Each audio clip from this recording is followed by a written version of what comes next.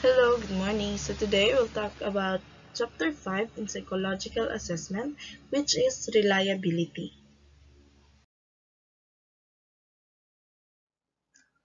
The concept of reliability. The term reliability refers to the proportion of the total variance attributed to the true variance. The greater the proportion of the total variance attributed to true variance, the more reliable the test. The concept of reliability must be related to consistency. It says that the results in reliability are consistent. So the test can be considered reliable, as it says, if it is consistent.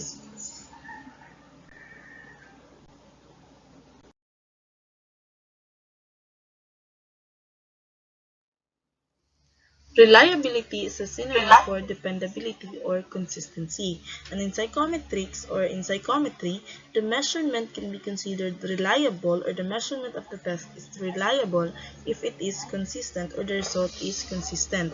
So to further acquire more knowledge, here's a 2-minute video we can watch.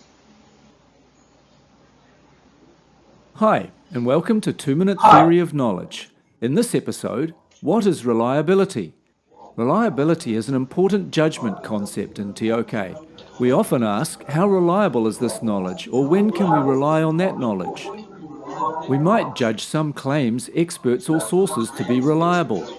But what does reliable actually mean? Reliable can mean trustworthy, dependable, predictable, or consistent. Reliability means we can have confidence in the accuracy and/or usefulness of knowledge. But how do we know who or what to trust? Probably the most useful way to think of reliability is in association with consistency. The more we test something over and over and get the same answer or result, the more we can rely on the same thing happening again next time. And this is the basis of science. Controlled, repeated testing that gives consistent results leads to what is considered reliable scientific knowledge. In history, evidence might be considered reliable if it is consistent with other evidence, and the only way to know this is to check lots of sources. Mathematical knowledge is often considered the most reliable because of its consistency, whereas the interpretation of art can be subjective and therefore inconsistent and perhaps unreliable. On the other hand, some may find art a more reliable source of emotional or cultural knowledge. Knowledge is seldom totally reliable or unreliable, and knowledge can be reliable in one situation and unreliable in another, so understanding the context is vital when assessing reliability. When facing the question, how reliable is this or that knowledge, you need to consider who made it, why, who is relying on it, for what, in what circumstances, and so on. But don't just take my word for it. To what extent am I reliable? Thanks for watching this episode of 2-Minute Theory of Knowledge.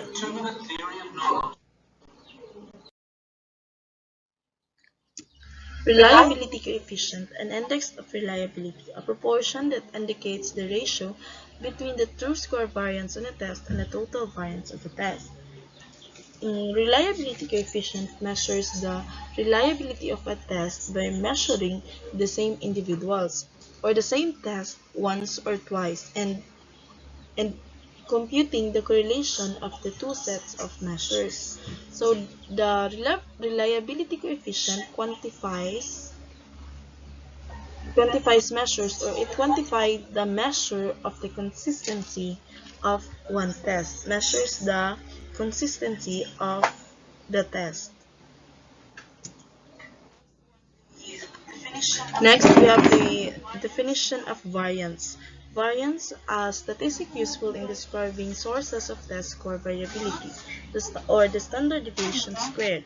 So the variance, as we can recall in the normal curve, the mean is found at the center.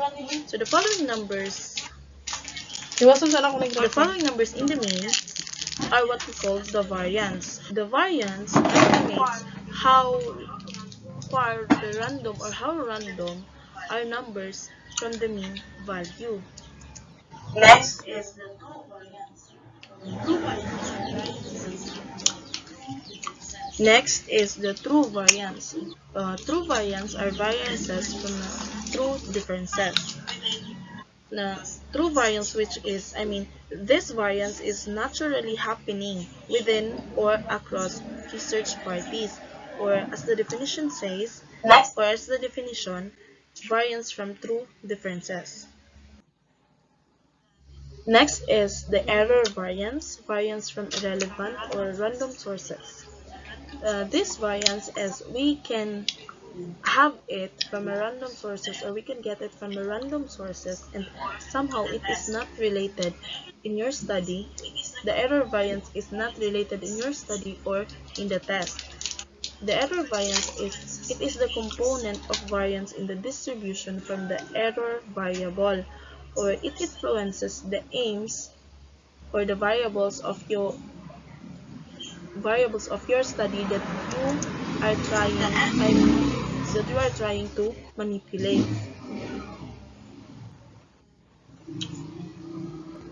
So the error variance measures the statistical spread from other sources the aside independent variable. So for example, in one test we have a confounding variable. So the confounding variable is measured by the error variance. So basically, the error variance measures the statistical spread of the other sources aside the independent variable.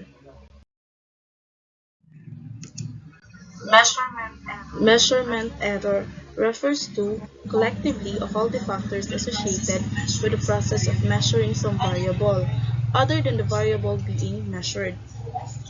So the measurement errors are sometimes called or known as the observational errors. Measurement errors defined as the difference of the actual response and the measured response value. Sometimes, when we conduct a study, the actual response is not recorded or not included not included. So that's we can find the difference between the actual response and the measured response value.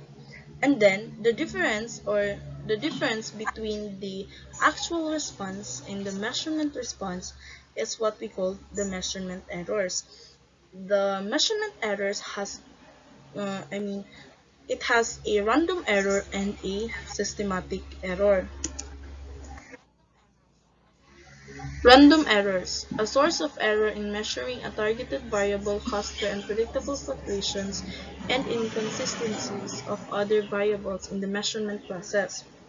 So random errors, even if repeated measures of value are taken, even if how many times you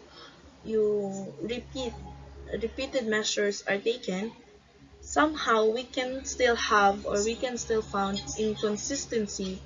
We can still have the inconsistency. So random errors, they are always present within the instrument caused by unpredictable fluctuations, and it is not, it is different from system errors. Random errors, by the name itself, it occurs randomly, and it is referred to as a noise. Systematic error. Systematic error occurs because of inaccuracy, however, it became natural to the system itself. Sometimes systematic error is due to the calibration of instrument, or how the instrument was made, or how the instrument was made. Systematic error is a source of error in measuring a variable that is typically constant or proportionate to what is presumed to be the true value of the variable being measured. Hala, nani mga tingog do? Any social research project has to deal with concerns about measurement bias. Measurement bias occurs when we construct our data collection methods in a way that influences our respondents' answers. When that happens, the results that we get may be less a reflection of how our subjects actually are and more a reflection of our own biases that we brought to the table and may have incorporated into the study. Now, there's no silver bullet for solving measurement problems. It requires some judgment. Still, it's good to know what it is and how to deal with it. And that's the topic of this video. In your research project, people will give different answers to your questions. That's a good thing. People are genuinely different, and part of the reason that we're asking these questions are to find out how they're different. At the same time, the answers you receive are not just a product of people's genuine differences. Perhaps a good place to start when discussing measurement problems is to differentiate two sources of variation, two reasons that people give the scores they give and why people give different scores. Those two sources of variation are true variation and measurement error. True variation means that a measure is capturing people as they really are, and they're giving different scores because they're actually different. Measurement error occurs because there's a problem in the question. It's not completely capturing the characteristics or the information that you're trying to get from your subjects. Not all measurement error is the same either. There's two types, random and systematic. Random error is unpredictable errors that don't necessarily push a study's results in one direction or another. So when you're conducting a study, there's all types of reasons or all sorts of unanticipated reasons that a respondent might not give an accurate answer of himself or herself. For example, maybe a respondent misread the question, or if there was a multiple choice question, maybe they had meant to fill out B, but they accidentally filled out C. Maybe your question asked them to perform mental calculations and they made a mistake. For example, you asked them how old they are, and they forgot that they were 37. They've been saying they're 34 for the last 3 years, and they write in 34. That's error, because your measurement isn't reflecting your respondent's true characteristics, but it's random error. You don't know where it's going to pop up. You don't know exactly who's going to commit the error, and it's not like all of your respondents are going to commit the same type of error in a way that would bias your overall findings. Systematic error is a little bit different. Systematic error happens when there's something in the question or the measurement scheme itself that pushes all respondents to answer erroneously and in the same way. Let me give you an example. Here's an example of a question that would probably produce systematic error. Let's say I was studying people's pornography use, and I asked this question. Are you one of those perverts who downloads internet pornography? Yes or no? Now, the problems with this question are obvious. By labeling people who download pornography as perverts, I've created a disincentive for people to answer yes. You could imagine people who do download pornography but don't want the label of pervert attached to them, and so they answer no, even though the true answer is yes. In that type of situation, my studies would probably underestimate the amount of pornography use because my question was formulated in a way that encouraged a specific answer. Here's another example of a question that might produce systematic error. Let's say I wanted to find out who a high school graduate and athletic, so they have to be both. And I asked the question like this. Are you a high school graduate, an athlete, yes or no? Now, there's bound to be some confusion because I didn't say and an athlete or an athlete. I assumed I meant, are you a high school graduate and an athlete?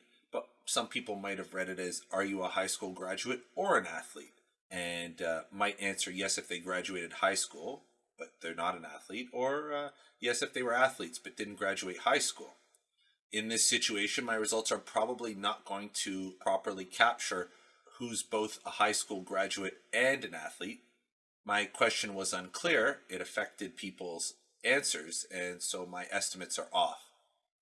A really common way to describe a measurement error or to depict it is to give this bullseye graph.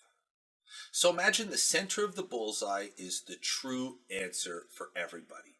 and the shots are examples of what their scores registered when I measured them. Okay. Now, if there's a lot of random error in my study, answers will be all over the place. Maybe somebody will accidentally answer C instead of D, but I can assume that for every person who accidentally answers one question too low, someone else will answer it too high. Somebody will put an E instead of a D.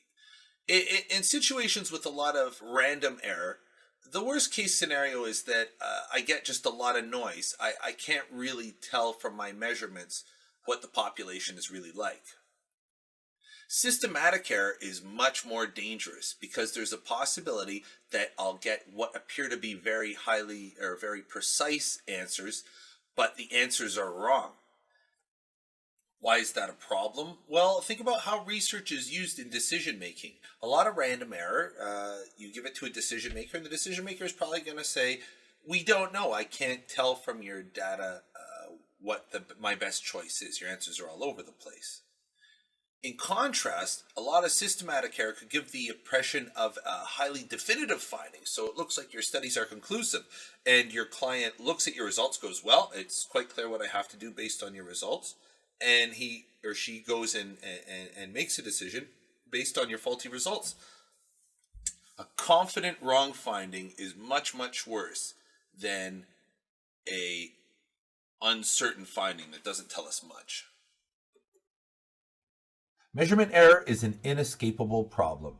It plagues all studies. It's an issue that you can't get rid of.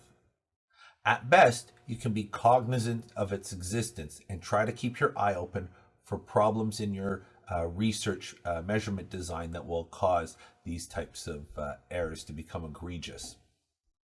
You have to use your judgment. But there are some basic tips that you might want to follow. Number one, make your questions and potential answers as clear as possible. Don't make it hard to understand the question, give a direct answer, or code it. Those types of pitfalls can create error. Second, when you design a survey, pre-test it. That means bring it to some people, give them the test, and then go over the answers with them and make sure that the answers that you received are what they really meant. Talk to them about whether or not the wording of your question made them feel like they should answer a particular way, or whether or not the design of your survey caused them to stop paying attention if the little ovals were too hard to fill out, or there was some other problem that could lend itself to error. Just don't ignore the problem. Bad data creates a bad analysis, and if you have a lot of error in your survey, your analysis could be all for naught.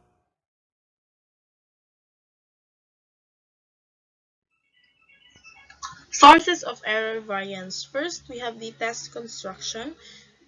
Generally means it refers to the science and art of planning, preparing, administering, scoring statistically, analyzing, and reporting the result of the test. Test construction can be the source of error variance because of how a test takers or how we construct the test, how we deliver the test, how we make the test. So that's the reason it became one of the sources of the error variance because of how you made or how you construct the test. Item sampling or content sampling refers to the variation among items within a test as well as the variation among items between tests. The second source of error variance is the test administration. Test administration procedures are developed for an exam program in order to help reduce measurement error and to increase the likelihood of fair, valid, and reliable assessment. So test administration talks about how you conduct a test, how a test administrator conduct a test. For example, if the test administrator conduct a test through verbal, the test administration may have in an influence to the test takers. So it became an error because of the distraction from the test administrator. So the test takers, which in return influences the answer of the test. So basically, the test administration talks about how conducting the error of conducting a test by the test administrator. The test taker's reaction to those influences are the source of one kind of error variance, and the other potential sources of error variance during the test administration are test takers variables such as attention, noises, and examiner-related variables are potential sources of error variance. The third source of error variance is the test scoring and interpretation. Test interpretation is the process of analyzing scores in a test and translating qualitative data into quantitative and grading into numerical. Then the scorers and scoring systems are potential sources of error variance. If subjectivity is involved in scoring, then the scorer or rater can be a source of error variance. Scoring and interpretation, it became a source of variance if you are not objective in scoring and interpretation of data, if you are not objective. And if subjective ka, for example, you conduct a research, then you want the null hypothesis to be rejected. uh, I'll speak in vernacular. Mao nang sometimes makakommit og ing-ani nga error variance because of kay imbis na lahi ang interpretation sa data, lahi ang source sa data, imuha siyang gituyo og manipulate para magtugma sa imuhang gusto. So the task scoring and interpretation is one of the source of error variance because of manipulation of the data.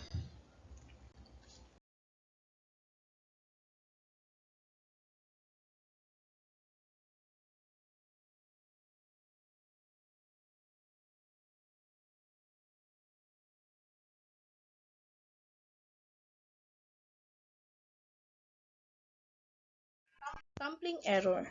Sampling error is the extent to which the sample actually represents the whole population. Actually, that's the meaning of sampling. The sample actually represents the whole population. And it became an error, sampling error, because of because of having a sample that does not represent the whole population. So for example, you want to study or you want to conduct a research that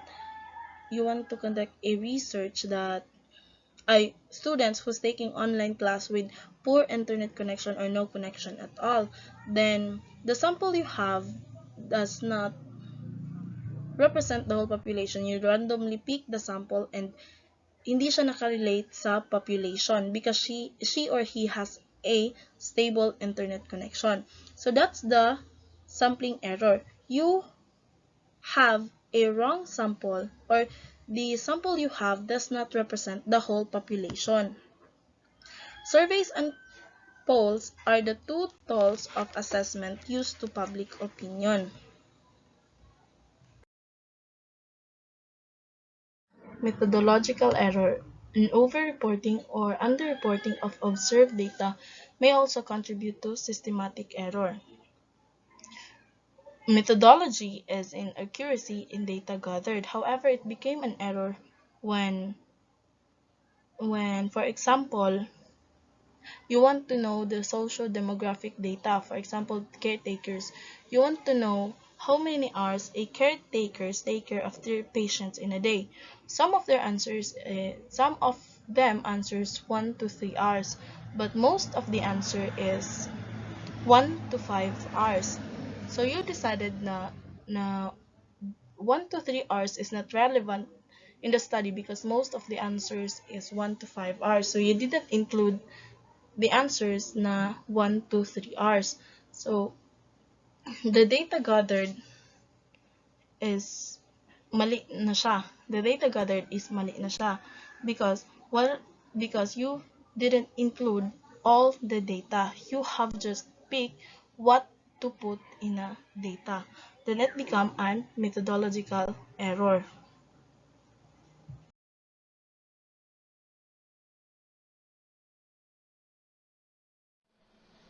In this presentation, I provide a brief introduction to sampling error, one of the 4 primary sources of data collection error in survey research. A sampling error occurs when the sample we select from the sampling frame is not really actually representative of all the members of the target population. In these situations, there might be something going on that makes our sample systematically different from the target population. This discrepancy between our sample and the target population is the error due to sampling. We introduce sampling error to a study every time we collect data from a sample and not the entire population, even when we correctly implement a carefully selected sampling method. When our sample does not differ from our population in a meaningful way, we assume our data and findings will not be biased. When our sample does differ from our population in a meaningful way, our data and findings may be biased. Let's think through the process of sampling and how it might lead to sampling error. Suppose we have a population of 30 graduate students enrolled in a mentoring program that is being piloted this semester at our university. The group is made up of the students from 3 doctoral programs who started their respective programs 1 year ago. We decide to conduct a survey of students for the purposes of measuring general perceptions of and satisfaction with the mentoring program.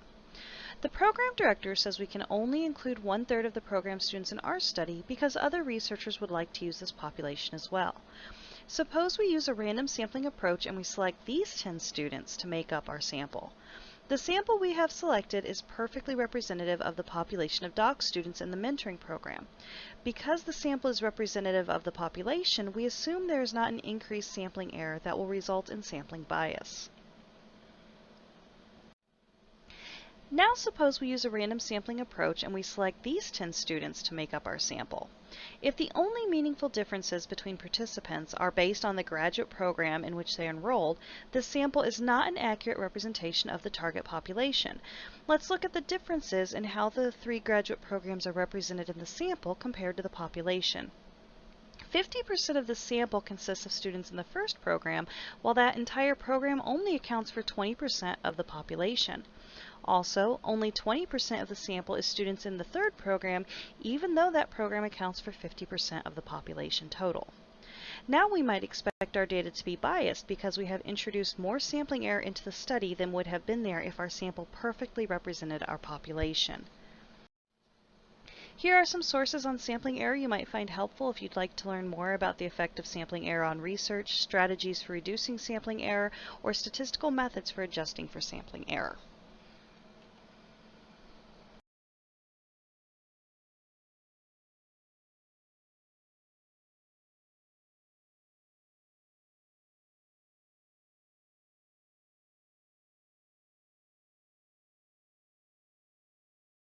Next is the reliability estimates.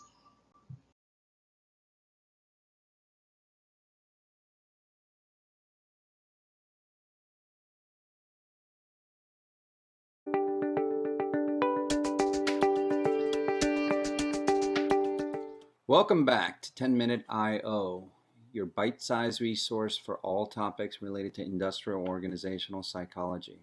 My name is Steve and I'm an I.O. psychologist. Today we'll be talking about test reliability. So what is test reliability? When it comes to gauging tests and assessments, there are 2 important concepts to remember. One is reliability and the other is validity, and they're not the same. Reliability has to do with the question, does your test yield consistent results? So the word consistency is central to reliability, and there are different ways to gauge consistency, which we'll talk about in this video. Validity, on the other hand, has to do with the question, does your test actually measure what it's designed to measure? So in this sense, truthfulness is really the key word or concept that's tied to validity. There are different ways to gauge truthfulness as well, but we'll talk about that in a different video. Now, I mentioned that reliability is about consistency, and consistency can be measured in different ways. I list 5 different ways to gauge test reliability here, starting with test-retest, internal consistency reliability, which is gauged using coefficient alpha. Parallel forms reliability, split half, and the last one is a special case where you have multiple raters, and this is called inter-rater reliability. The first type of reliability is called test-retest reliability, and this one is used to gauge consistency of scores over time for the same person or group of individuals. The logic behind this type of reliability is that a reliable test should yield similar scores over time. Let's say you took an IQ test and got a 134 at one point in time, and then 6 months later you took the same test again but got a 97. Would you think this test was reliable? I think not. Second type of reliability is called internal consistency reliability, and this is the one that tends to throw people off. Instead of looking at test scores over time or consistency over 2 time periods, we're looking at now consistency across the items contained in the same assessment. So here we're trying to see if the responses to a set of similar items are uniform or consistent.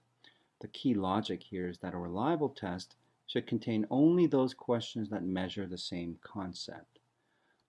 Let me show you what I mean by that. We have 2 assessments measuring the same thing, sociability.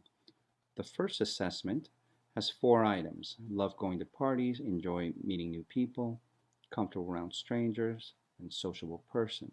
You can tell that these 4 questions or 4 items are consistently, uniformly measuring this idea of sociability. So without even looking at the responses, you can tell that this particular assessment will have high reliability, high consistency. Take a look at the second one. You can see that the first, second, and the fourth items are the same, but the third item says, I enjoy learning about psychology. Now imagine a person who is high on sociability. That person may or may not enjoy learning about psychology, so that third item will tend to decrease the reliability for the second assessment. The third type of reliability is called parallel forms. Here we're trying to gauge the equivalence or similarity of 2 or more different versions of the same assessment that measure the same concept. So we're talking about the same assessment, just having different versions. The key logic here being different versions of the same test should yield highly similar scores for a given individual. So let's take SAT reading comprehension as an example. Educational Testing Service will have multiple versions of the same test. So we have an example of 3 different forms here, Form A, B, and C.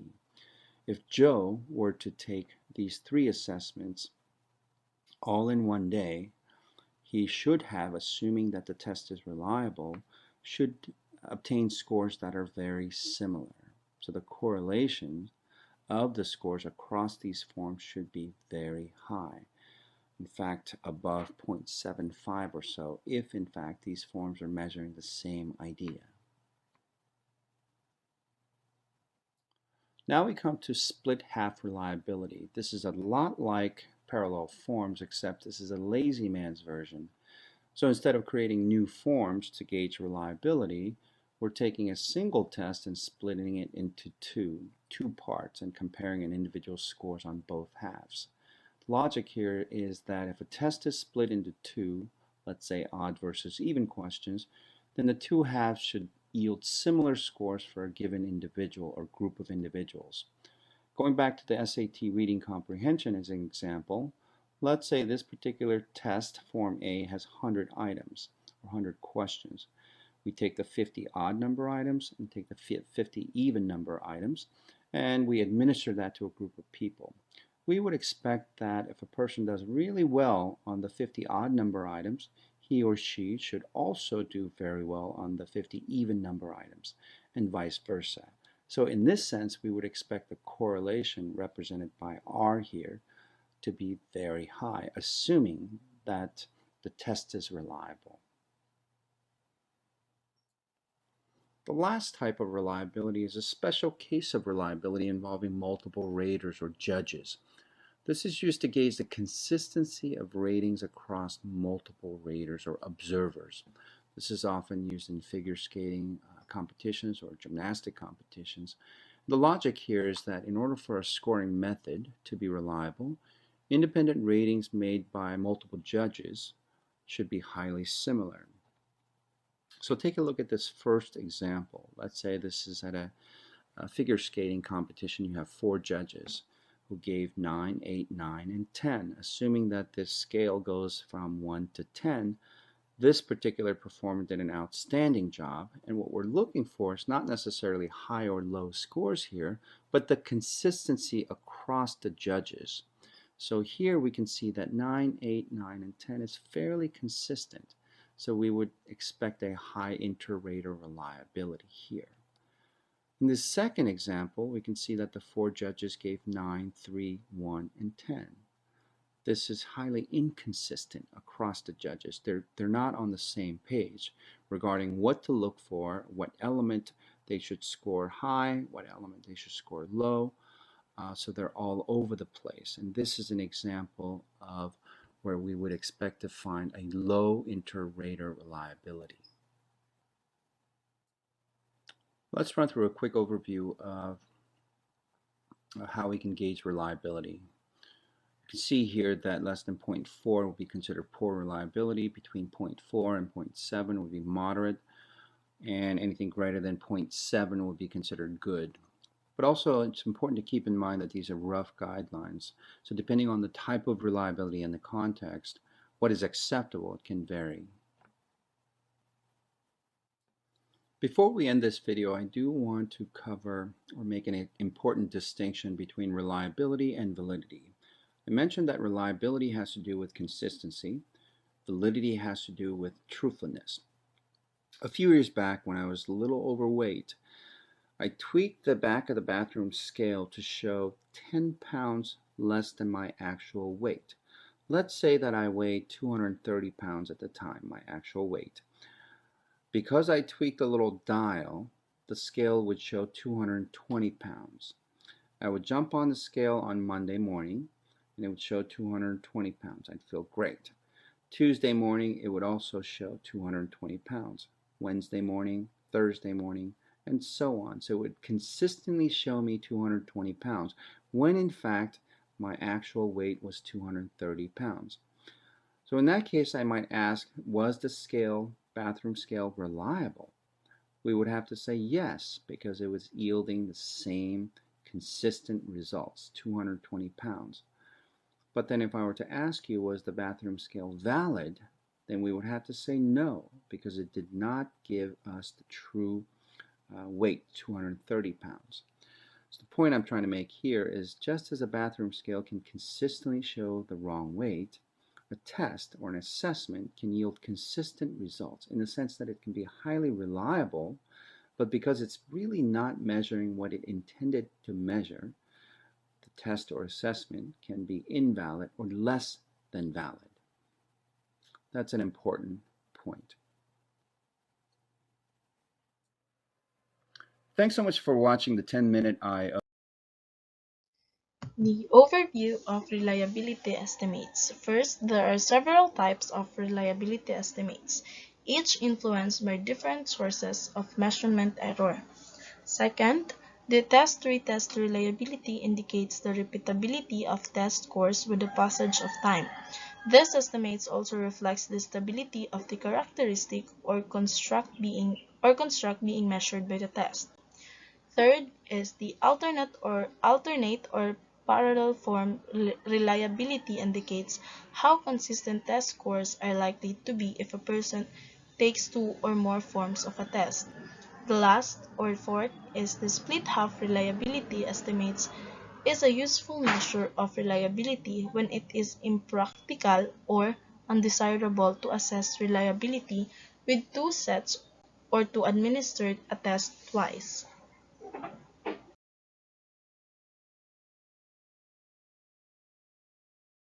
The first is the test-retest reliability estimates. Test-retest reliability estimates. To determine the reliability of measuring instrument, one can utilize the same instrument at 2 points in time. Second, This approach is referred to as a test-retest method in psychometric parlance. Then the result of an evaluation such as this is an estimate of the test-retest reliability. The correlating pairs of scores from the same subjects on two distinct administrations of the same test yields in a reliability estimate. When assessing the reliability of a test that claims to evaluate something that is reasonably stable through time, the test-retest measure is applicable. These measures may not be the most suitable when assessing the reliability of the test that determine outcome measures including reaction time or perceptual judgment. Measuring variables such as the aforementioned variables, several factors may affect and confound and obtain measures of reliability when the time period between two administrations of the test is relatively small. A low test-retest reliability may also be observed even when the interval between the administrations of the test is relatively brief. This may be the case when the administrations occurred during a time of great development change with respect to the variables they are designed to assess. So test-retest reliability is a simple, it has one version of a test na gina gi retest, or you have it retest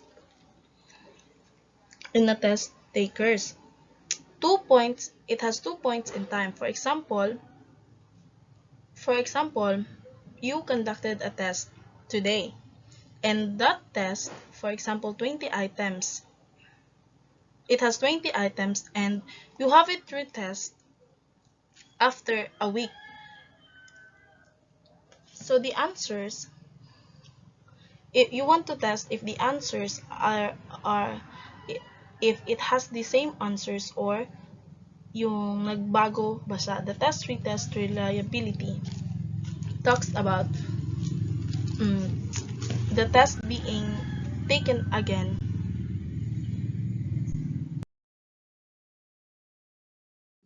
The coefficient stability, the term is often used to refer the estimates of reliability when the interval between testing is greater than 6 months. So for example, the reliability of the measures of the ruler can be considered as stable over time. In a math test, an estimate of the test-retest reliability may be low if the test takers took a tutorial in a math prior to the administration of the second test. And a similar result may be observed from a personality profile if the test takers either suffered emotional trauma or received counseling during the intervening period. Test-retest reliability it is simple. It has one version of a test that the test takers will take it again. For example, you have a 20 items questioned, and then the test takers will answer it, and after a week the test takers will, or the participants of your test will take it again to compare the result of the previous test.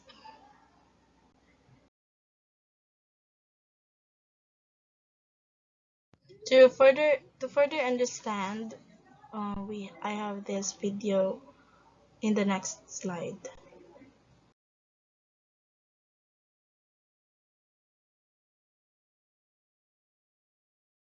Test-retest reliability is one of the most commonly discussed forms of reliability. It is among the easiest to understand. The idea is this. If I use a measure once and claim that it measures some latent variable or construct at that time, then if I use it again in the future, it should still measure that same construct, and I should see similar results on that measure. Imagine I was measuring something like intelligence. Presumably, if I measure your intelligence once, then I measure it again, I should at least get similar results. You wouldn't expect to see scores that vacillated between Einstein and Gump levels. Indeed, test-retest reliability is often the first thing that comes to mind when people think of reliability. But there are many reasons that many variables would fluctuate over time. Consider this. If you stepped on a scale at noon and then again at 2, would you expect that scale to give you the same result both times? Not if you ate lunch.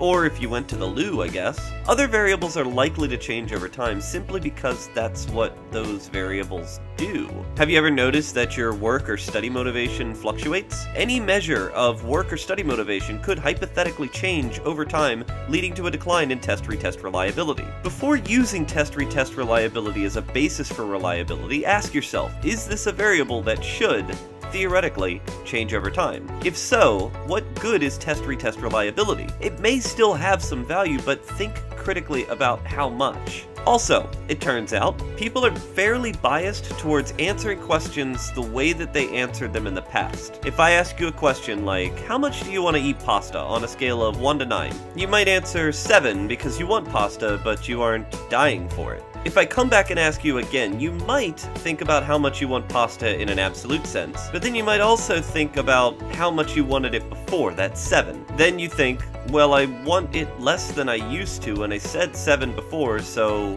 I'll say something a little lower this time. Then you say 5. On a scale of 1 to 9, 5 should mean that you could kind of take it or leave it, but this internal dialogue suggests that what you're really saying is that you want it a little less than 7. Those aren't the same thing. This is a subtle effect, but if all participants in a sample experience these, what we call carryover effects, then the reliability of the measure would appear to be high when, on that second administration, what we're actually measuring is the participant's original pasta desire with a little current pasta desire sprinkled in. The way we deal with carryover effects is to make it harder for the participant to remember what their original answer was. I might bury my pasta questionnaire in the middle of a bunch of other questionnaires so that the participant might not remember providing an answer to that pasta question. I might also delay the time to re-administration of the pasta questionnaire to ensure that it's just a little harder for the participant to recall their original answer. Students often think of test-retest reliability as the quintessential form of reliability, but there are many situations in which we should distrust or ignore it. It is sometimes imperative to establish, it's sometimes completely irrelevant. For each measure, we need to think about how test-retest reliability relates to the latent variable we're intending to measure. Next is the parallel forms and alternate forms reliability estimates. Parallel forms and alternate forms reliability estimates. Parallel forms of a test exist when means and the variances of observed test scores are equal. In theory, the means of scores obtained on parallel forms correlate equally with the true score. More practically, scores obtained on parallel tests correlate equally with other measures. So parallel form is a two-test administration with the same group, and the test score will be affected by other factors such as motivation. Next is parallel reliability method. It estimates to what extent the item sampling and other errors that affects the errors of the same version of the same test. If the form of the test, the means and the variance is observed in the observed test scores with equals, so basically means the parallel reliability method estimates of the extent to which item sampling and other errors have affected the test scores on versions of the same test when, for each form of the test, the means and the variances of observed test scores are equal.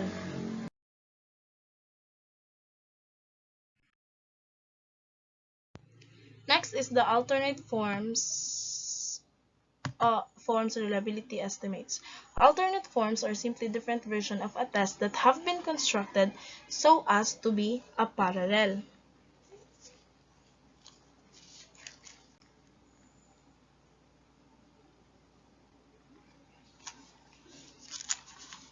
They are typically designed to be equivalent with respect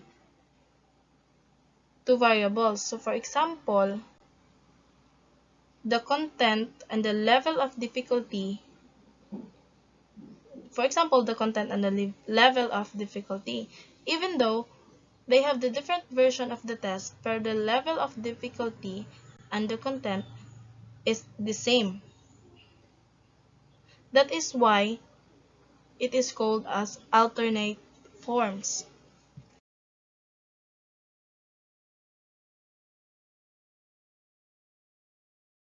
The alternate forms reliability estimates to what extent the different forms of the same test that affects the item sampling error or other errors. So again, the parallel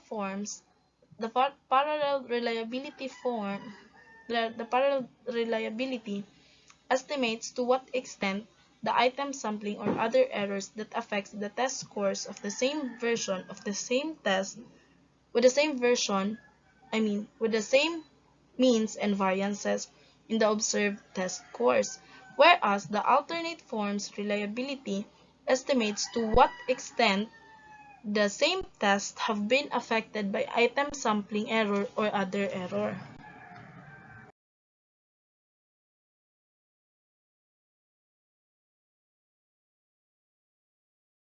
The coefficient of equivalence often refers as the degrees of relationship between various forms of a test and can be evaluated by means of an alternate forms or parallel coefficient of reliability. Then an additional source of error variance is the item sampling. Item sampling is inherited, or it is the natural in the computation of an alternate or parallel forms in that reliability. It occurs naturally. Developing alternate forms of test can be time-consuming and expensive. On the other hand, once an alternate or parallel form of a test has been developed, it has advantages to the test user in several ways.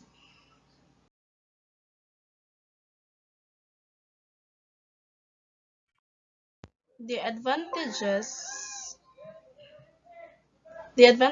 of the test user in the test user it has a similarities between test-retest reliability estimates and parallel and alternate forms. So the first one is two test administrations with the same group are required.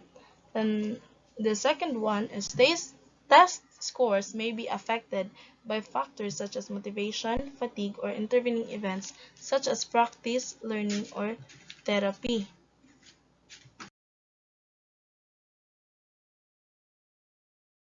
To further understand about alternate forms and parallel forms and alternate forms reliability estimates, here's a video.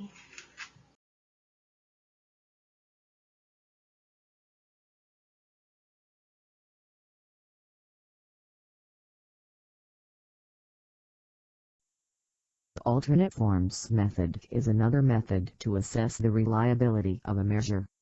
The alternate forms method of reliability assessment is similar to the test-retest method, except that different measures are used at different time points. The two measures are identical in every way except for the actual items included. The correlation between the score of the two measures is the reliability coefficient. So, if the correlation between the alternative forms is low, this would indicate low reliability of the measures. The alternate forms method is also referred as parallel forms method and equivalence forms method. Moving forward, let us look at an example to understand the alternate forms method of reliability assessment. Consider two identical measures related to the concept of self-esteem.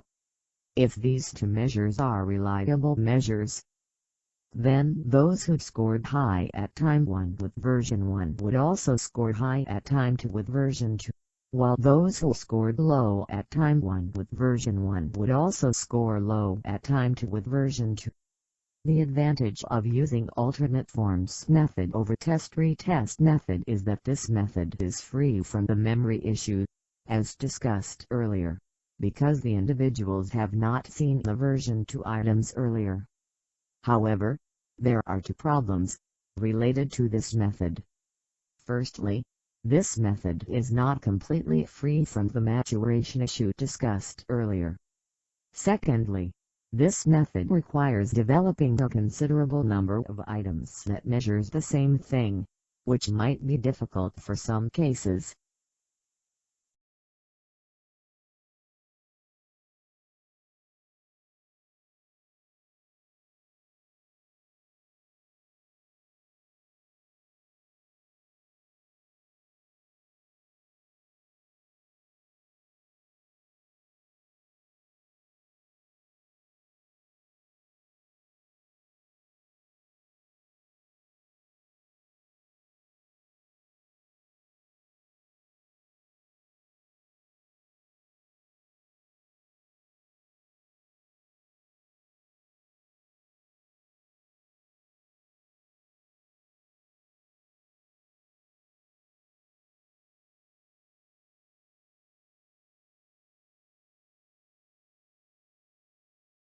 Split half reliability estimates. Split half reliability estimates. It is obtained by correlating two pairs of scores obtained from equivalent halves of a single test administered once. The split half method assesses the internal consistency of a test, such as psychometric tests and questionnaires. It measures the extent to which all parts of the test contributed equally to what is being measured. This is done by comparing the results of one half of a test with the result from the other half. So the split half reliability split up the two tests at the split up one test into two parts. So mostly it is viewed as an odd and even. This method assesses the internal consistency of one test. So in other words, the split half reliability estimates measures to what is the contribution if it has a contribution to the to two parts of the test that has been split up. If the measurement is equal, or it has the equal measures in the two tests.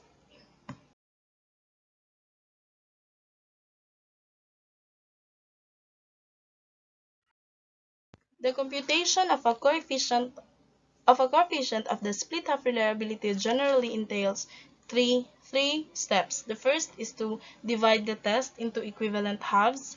Second step is to calculate a Pearson R between scores on the two halves of the test. Then step 3, adjust the half-test reliability using the Spear and Brown. And to further understand about this computation, um, I have this video.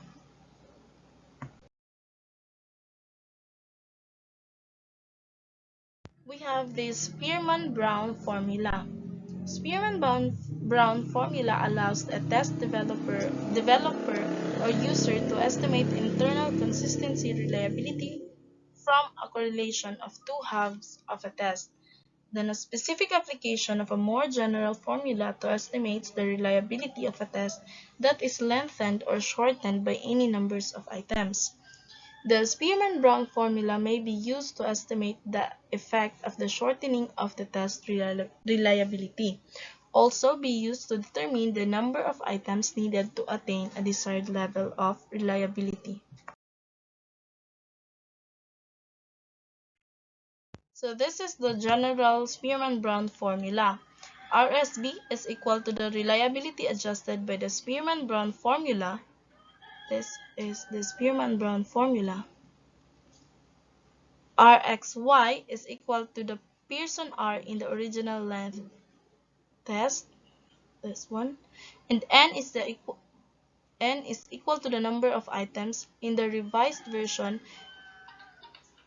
divided by the number of items in the original version.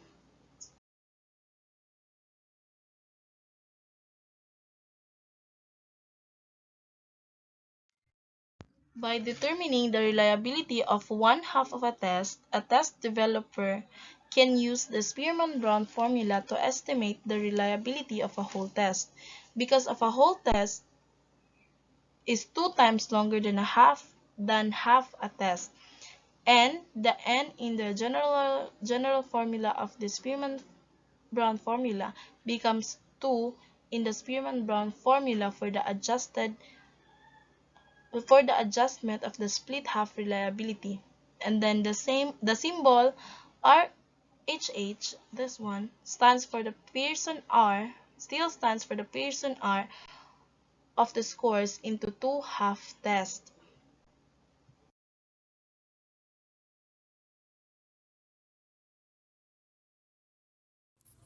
Okay, the third one method is called split half method. So, administer test once. Score 2 equivalent halves of the test to split the test into halves that are equivalent. The usual procedure is to score the even numbered and the odd numbered separately. So this provides 2 scores for each student. The test scores are correlated using the Spearman-Brown formula, and this correlation coefficient provides a measure of internal consistency. It indicates the degree to which consistent results are obtained from halves of the test. Meaning, yung test mo, i-divide mo into odd and even numbered separately. So, i-separate nyo siya. Then, ang score nila, i-correlate natin using Spearman-Brown formula. So in this method, a single test is divided into 2 equivalent halves and is used as if there were 2 separate tests to estimate reliability coefficients. One common method of dividing the test is by scoring the even numbered and odd numbered items separately. Thus, reliability coefficient is determined by half of the test. So split half reliability can be calculated using the Spearman-Brown formula. So Pearson R has to be applied here prior to the estimation of split half. Meaning, uunahin natin yung Pearson R formula para ma-determine natin ang correlation coefficient ng odd and even number. So we have here the sample table. So we have 20 students. So odd and even, x squared, and y squared. Okay, punta tayo sa spreadsheet para mas madali. Copy, spreadsheet, paste. It is our students, our n, and x, and y. Then, x squared, then x, y squared, then xy. So, parang sa test with test lang itong split half. Pero kukunin muna natin yung correlation coefficient. So, ito yung kukunin. No? X squared times by itself. Enter. So, 4, 8, 4. So, we have here 4, 8, 4. Then, drag it down para mas madali. Okay. That is the values of our x squared. Okay, y squared equals sine y raised times to itself. Enter. Okay, 400. Okay, we have here 400. Then, drag it down para mas madali. Okay. Then, xy is equal 22 times y.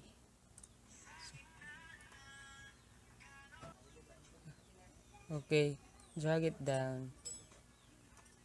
Okay, that is the values of our x squared, y squared, and x multiplied by y.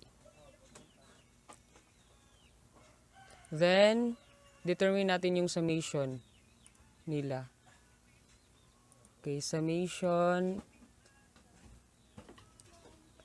of score of one student to summation of ito, drag it down from one student to student 20.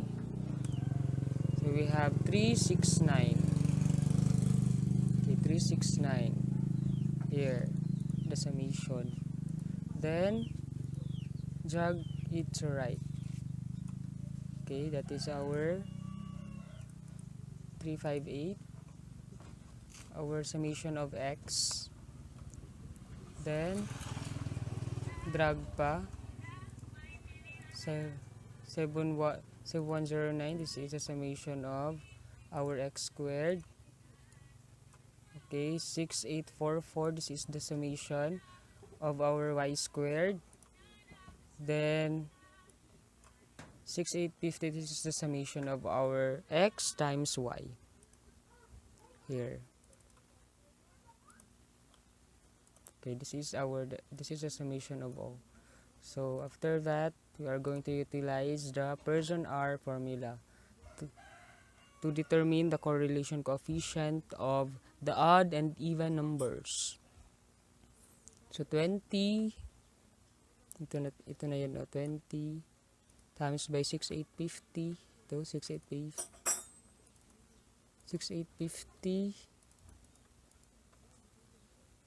then minus 369, the x, and 358, the y. Then our denominator is 20, 7109. Okay, the value of x squared. Then the value of x, 369. Then 20. Okay, ito na yung mga solution sa ating Pearson R. Then after that, calculate natin ang difference nitong numerator natin. Okay, ito yung result. Then ito minus natin yung 142180 minus 136161. So we have here the result 1619. Tapos 136880 minus 128164. We have the 8716. So after that, times natin para makuha natin yung product. Ito yung product niya. So dito natin gagamitin yung square root. Square root of 52461604. We have 7243.03. So dito na natin i-determine yung quotient ng 4898 divided by 7253.08. So we have the result here, 0.6762 or 0.68 because 2 decimal places. 6 man ito, so magiging 68 ito. 0.68. So after that, nakuha na natin yung correlation coefficient ng odd and even numbered. So dito natin gagamitin yung formula. Okay. 2 is constant itong 2 ha. Okay, 2. Tapos, gamitin natin yung coefficient ng Sinolve natin using person R, 0.68. Ito yun, no? Then 1. Hindi. Okay, 1 plus 0.68. Okay. 2 times 0.68. Okay. 2 times 0.68 is equal 1.36 ito. And then 1.68. Okay, divided by 1.68. We have here 0.8095. 95 or 0.81. Because 9 man ito, we can round it off into 81. So 0.81. So we have here the interpretation. The R value is 0.88.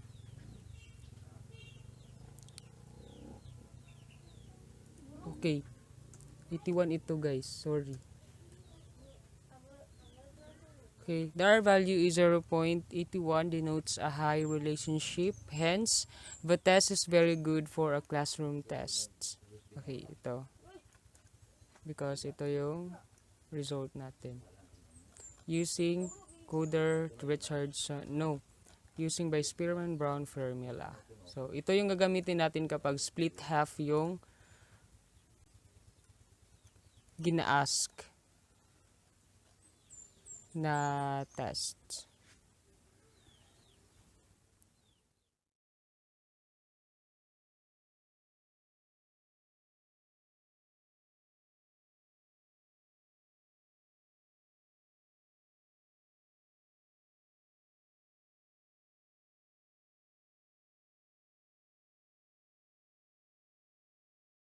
Other methods of estimating internal consistency. Under it is the inter-item consistency, refers to the degree of correlation among all of the items on a scale. A measure of inter-item consistency is calculated from a single administration of a single form of a test. It is useful The inter-item consistency is useful in assessing the homogeneity of the test. So for example, in kanang vernacular na kuan, for example, personality test kay gina-measure niya either extraversion or introversion. Mao na siya ang makaingon nga kanang homogeneous. Homogeneous ba unya kaisa lang man na administer. So ang isa ka research or isa ka answer sa participants is to receive a single score which is either extraversion or introversion. Kailangan ma-certain nila ang tanang items kay naka-measure sa same construct which is again ang personality kung extrovert or introvert. So para ma-check to what extent items are in accordance with each other, ang item total correlation or the inter-item consistency ang ginagamit or gina-compute para sa tanang combination sa items.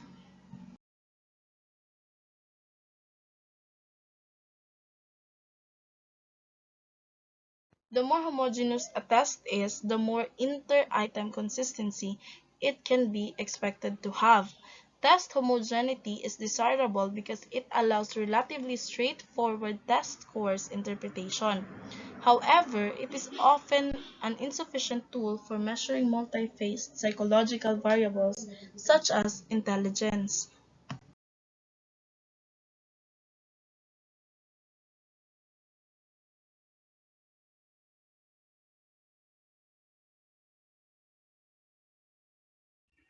The Coder-Richardson formula.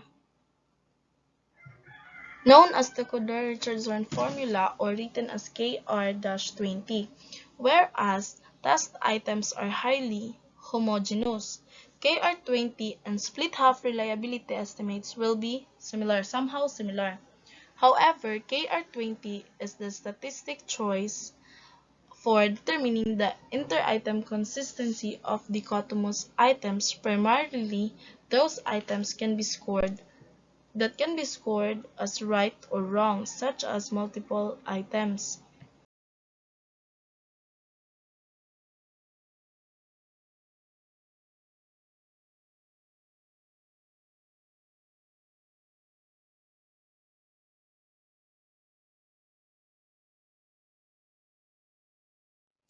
Um, the Coder-Richardson formula, or the KR20, measures the items if the measures the items that scores right or wrong. If the items are more hetero, the KR20 will build lower reliability estimates than the split half the split half method.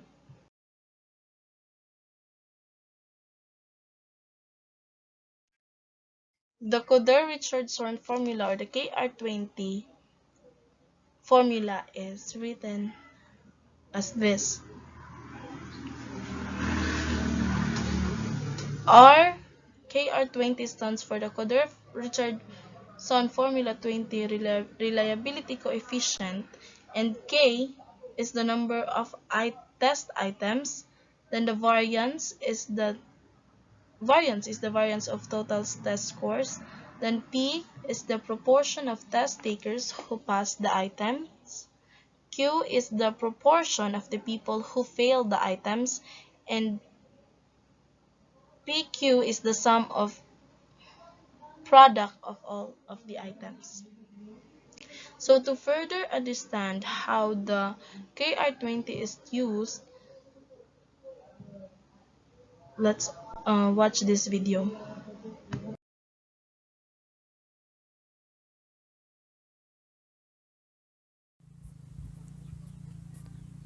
Okay, lastly, we are going to utilize the Coder-Richardson formula. So administer the test scores once, score total test, and apply the Coder-Richardson formula.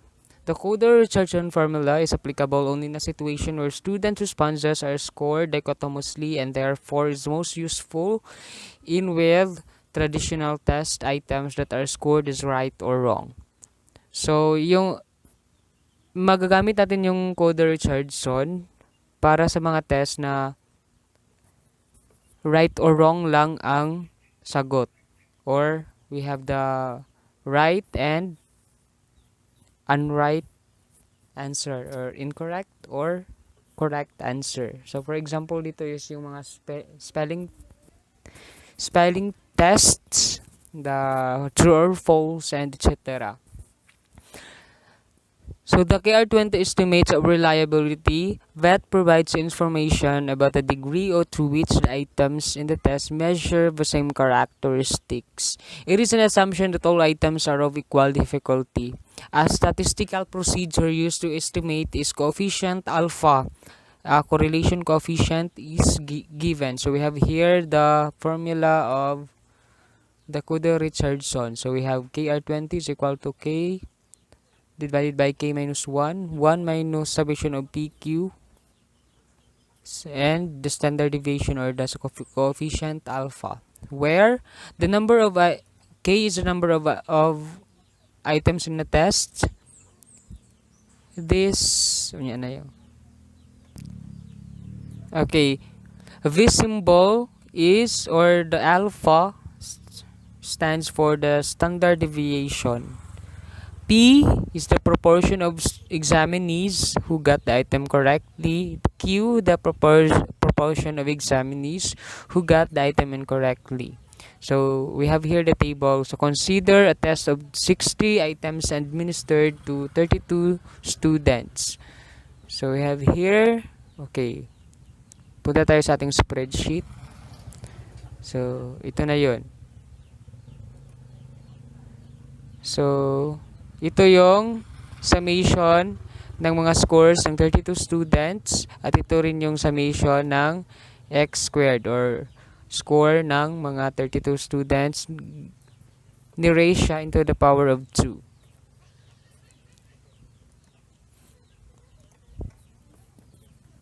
Okay.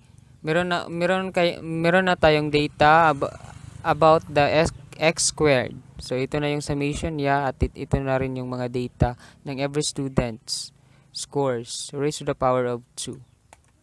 Okay, to compute the reliability of a test using Kuder-Richardson formula 20, determine the standard deviation and the summation PQ. So, ito, confusing ito siya pero challenging. Okay, item. So, we have 60 items, di ba? Okay, 60 items. So, sa item number 1, may nakatama na 15. So, we have the P. Proportion ito ha. Proportion ng mga nakatama who got the item correctly. So, 15. So, ang nakatama is P. 25. So, by doing this, you can use 15 divided by the total number of test item.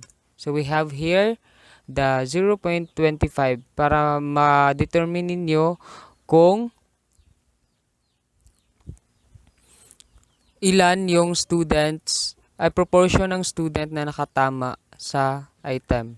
So, sa item 1, we have 15. So, may nakatama na 0.25 as proportion and yung 0.75 ay hindi nakatama. So, by doing that, 1 minus 0.25. So, 0.75 yung dito.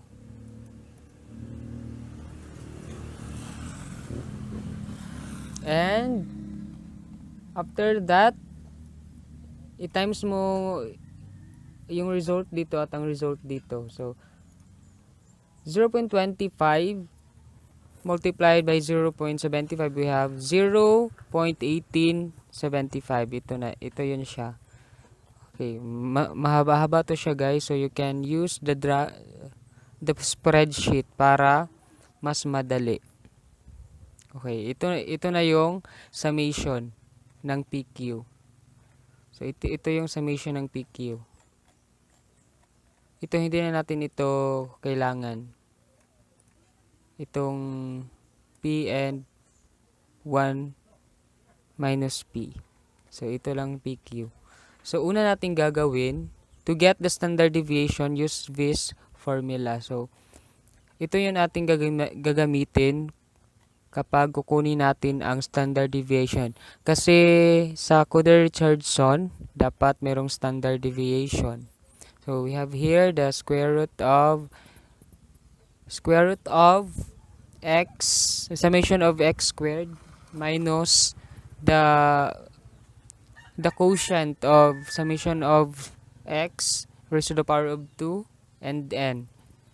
So, we have here, atin i-substitute na natin. So, x squared, punta tayo sa ibabaw. Okay, ito, x squared. Then, minus by 614. 614 is our summation of x. 614 raised to the power of 2. Ito na yung answer niya. So, 32, the total number of examinee, and 32 minus 1. Okay? 13,090. So, ito. Minus 1178.125. So, ito yung sagot. Tapos, 31 na lang ito. 31. Kasi 32 minus 1 is 31. And, 1380.875 divided by 31, we have 42.2217. Tapos, gagamitin na natin yung square root. So, square root of 42.2217, we have 6.4978 or 6.50. It is our standard deviation.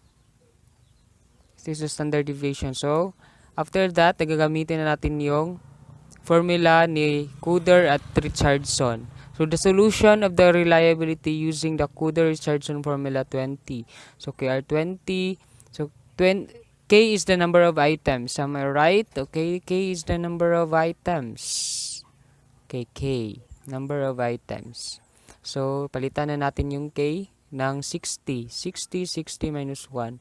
1 minus 96 112. It is the summation PQ. Okay, that is a summation PQ.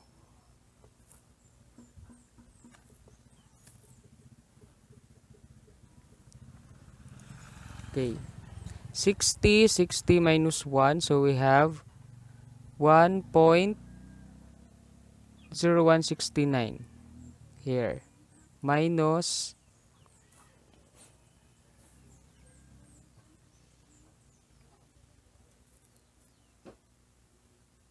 bakit may-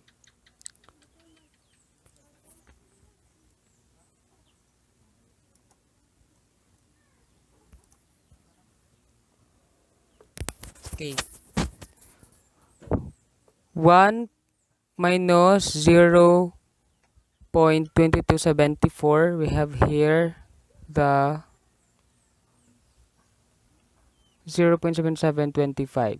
So, multiply natin itong 1.0169 to 0.7725. So, we have here the KR20 0.7856 or just simply 0.79. So, it can be rounded off because 75 man dito. So, it can be rounded off to 0.79. So this is our our correlation coefficient using the alpha coefficient or the standard deviation. The KR20 value is 0.79, denotes a high reliability. Hence, the test is very good for a classroom test. So guys, if you have any concerns about our topic, you can send a personal message in my. Next is the coefficient alpha. Coefficient alpha is thought as the mean of all possible split half correlations corrected by the Spearman-Brown formula. Coefficient alpha is appropriate for use on tests containing non-dichotomous items. Coefficient alpha is calculated to help answer questions about how similar sets of data are. Coefficient alpha, or called as the Cronbach's alpha, which measures the internal consistency and measures the test which has multiple options in the test which is non-dichotomous. However, it, it is only administered once. The test is administered only once. This is the formula for the coefficient alpha. Ra, or is the coefficient alpha. K is the number of the items, is the sum of the variance of each item, and the variance squared is the variance of all total test scores. So this is how it is written, the coefficient alpha formula.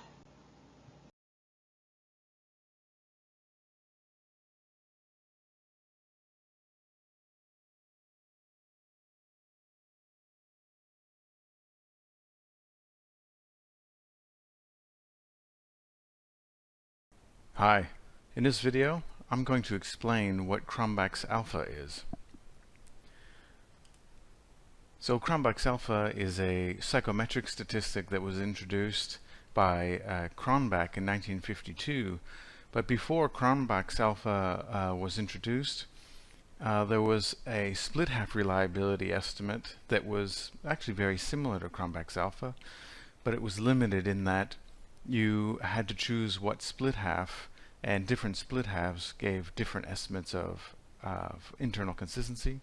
There was also a Cooter-Richardson statistic, which you still see around today, and it was used exclusively for items that were scored dichotomously. Well, Cronbach's alpha was much more general than those two because it represented the average of all possible split halves, and it also could be used for both dichotomous and continuously scored data or variables. And that is arguably one of the reasons why it became so popular. Or both reasons.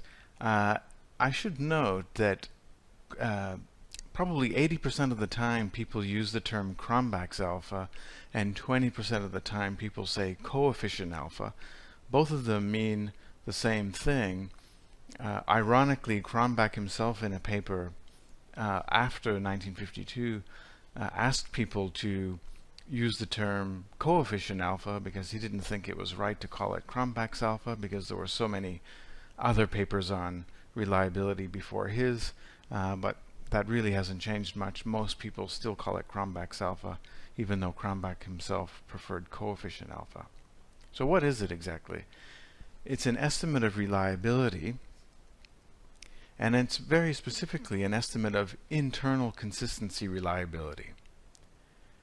If you had to think of one word in the context of Cronbach's alpha, it's consistency. And in fact, all reliability estimates are estimates of consistency, arguably. I think that's the most fundamental way of thinking about it. And I'll show you an example in a few slides what that means exactly in terms of consistency. It's not a measure of homogeneity, and it's not a measure of unidimensionality. And consistency in measurement is a good thing. So we have reliability and validity. And this presentation isn't about the difference between reliability and validity. It's about Cronbach's alpha specifically. And Cronbach's alpha is an estimate of consistency, and we consider consistency in measurement a good thing, all other things equal. So Cronbach's alpha is a coefficient, and it can range from 0.00 to 1.0. Technically, you can have a negative reliability estimate in the context of Cronbach's alpha. It's usually a pretty absurd thing to get. So, computationally, you can get it, but it means something very bad. You have negative consistency in your measurement, and so you have a lot of work to do. It's probably inappropriate to even estimate it on those data. Now, 0.00 means that there's no consistency measurement at all, and 1.0 means that there's perfect consistency in measurement. So a more realistic estimate that you might get based on your data is 0.70, and that means that 70% of the variance in the scores is reliable variance. And I'm going to talk about what that means when I use the word scores in this context in a future slide. So if you have 70% of the variance in the scores that's reliable, you necessarily have 30% that is error variance. And in research, we want data that have good reliability, good consistency, and we want error variance to be lower, all other things being equal. So I mentioned scores. 70% of the variance in the scores is reliable variance, and in the context of Cronbach's alpha, that means composite scores. And so internal consistency is only relevant to composite scores, and composite scores are the sum of two or more scores. And I write here it could be the average of two or more scores as well. But when you're adding scores together and you're analyzing data based on those sum scores, those are technically referred to as composite scores. And internal consistency reliability is relevant to those composite scores, not the individual item scores. So if you had an item,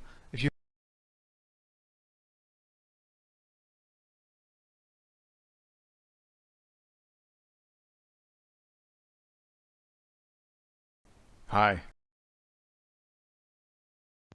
Coefficient alpha preferred statistic for obtaining an estimate of internal consistency reliability. It is widely used as the measure of reliability, in part because it requires only one administration of the test. Then the coefficient alpha typically ranges in a value from 0 to 1. It is widely used as a measure of reliability, in part because it only requires only one administration of the test.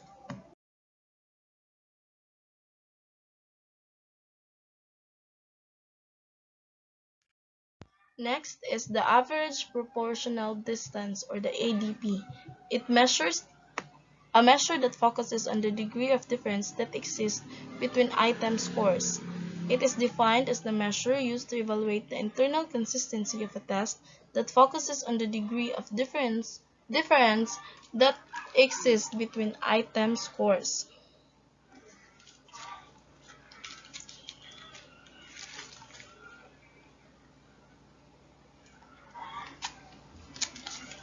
So the average proportional distance is somehow it measures the degree, the difference nga naga-exist between item scores. In Cronbach's or coefficient alpha, it measures the extent of similarity of sets of data. Then the average proportional distance measures the degree of difference sa set of data or between item scores.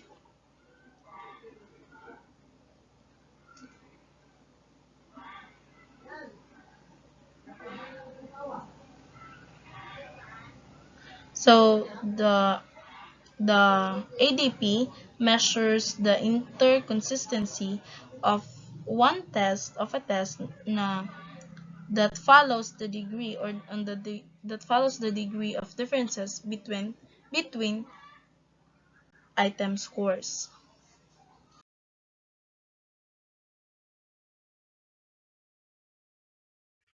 So for example, in the average proportional di- distance is Yolanda scores Yolanda scores 4 on item 1, 5, 1, 4 on item 1, 5 on item 2, and 6 on item 3. Based on Yolanda's scores, the ADP would be calculated as follows. First is calculate the absolute difference between scores of all the items. Step 2, average the difference between scores. And step 3, obtain the ADP by dividing the average difference between scores by the number of response options on the test minus 1.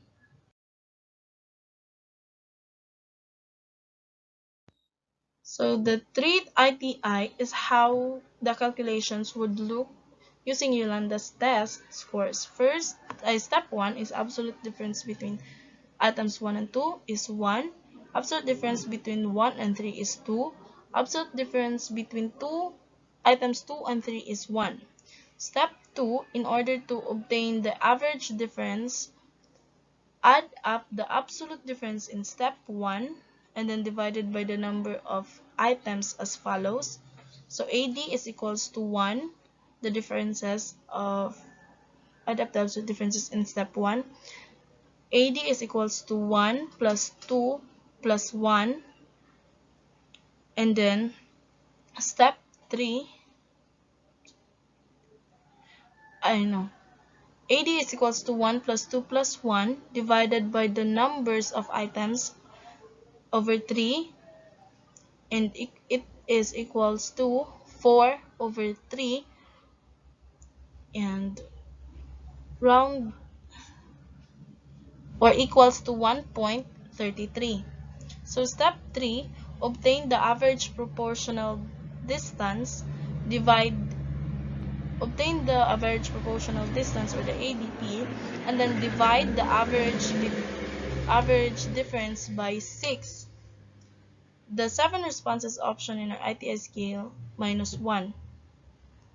We would, using the Yolanda's data, we would divide 1.33 by 6 to get 22.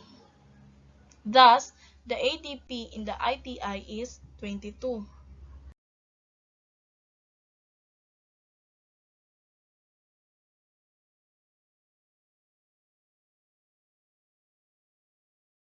And then the general rule of thumb for interpreting the ADP is that an obtained value of zero point 0.2 is indicative of excellent interval consistency, and that the value of 0.25 to zero point 0.2 is the acceptable range. A calculated ADP of 0.25 is suggestive of problems with the internal consistency of the test. Welcome everyone. This is Trisha Marie-Dabon, and today we will be talking about Chapter 5, Reliability, Part 2. But before we actually proceed on our main topic today, here are the overview of the concept of reliability and reliability estimates. The reliability reliability of a test refers to its degree of stability, consistency, and predictability. It addresses the extent to which scores obtained by a person are or would be the same if the person is re-examined by the same test in different locations. So for you to understand more about the concept of reliability, I have here a small clip about concept of reliability. Hi, and welcome to 2 Minute Theory of Knowledge. In this episode, what is reliability? Reliability is an important judgment concept in TOK. We often ask, how reliable is this knowledge, or when can we rely on that knowledge? We might judge some claims, experts, or sources to be reliable. But what does reliable actually mean? Reliable can mean trustworthy, dependable, predictable, or consistent. Reliability means we can have confidence in the accuracy and/or usefulness of knowledge. But how do we know who or what to trust? Probably the most useful way to think of reliability is in association with consistency. The more we test something over and over and get the same answer or result, the more we can rely on the same thing happening again next time.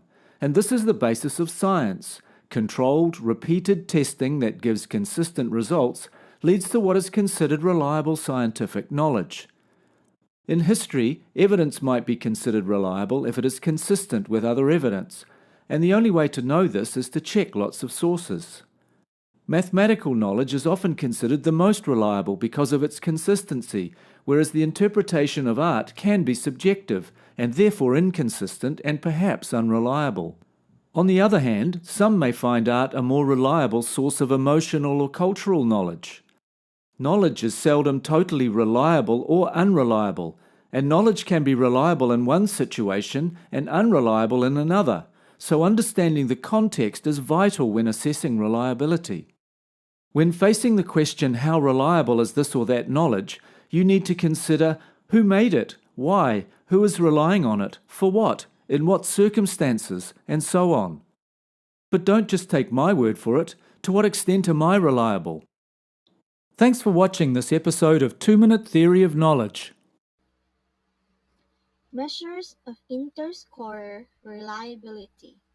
Interscorer reliability is the degree of agreement or consistency between two or more scorers, the judges or the rater, concerning a particular measure. This is to try not to be a product of individual biases and idiosyncrasies in judgment. We can have at least one other individual observe and rate the same behavior. The accuracy of the ratings and conformity will be established in the rating system. Inter-rater consistency may be promoted by providing raters with the opportunity for group discussion along with practice exercises and information on rater accuracy. Interscorer reliability is often used when coding nonverbal behavior.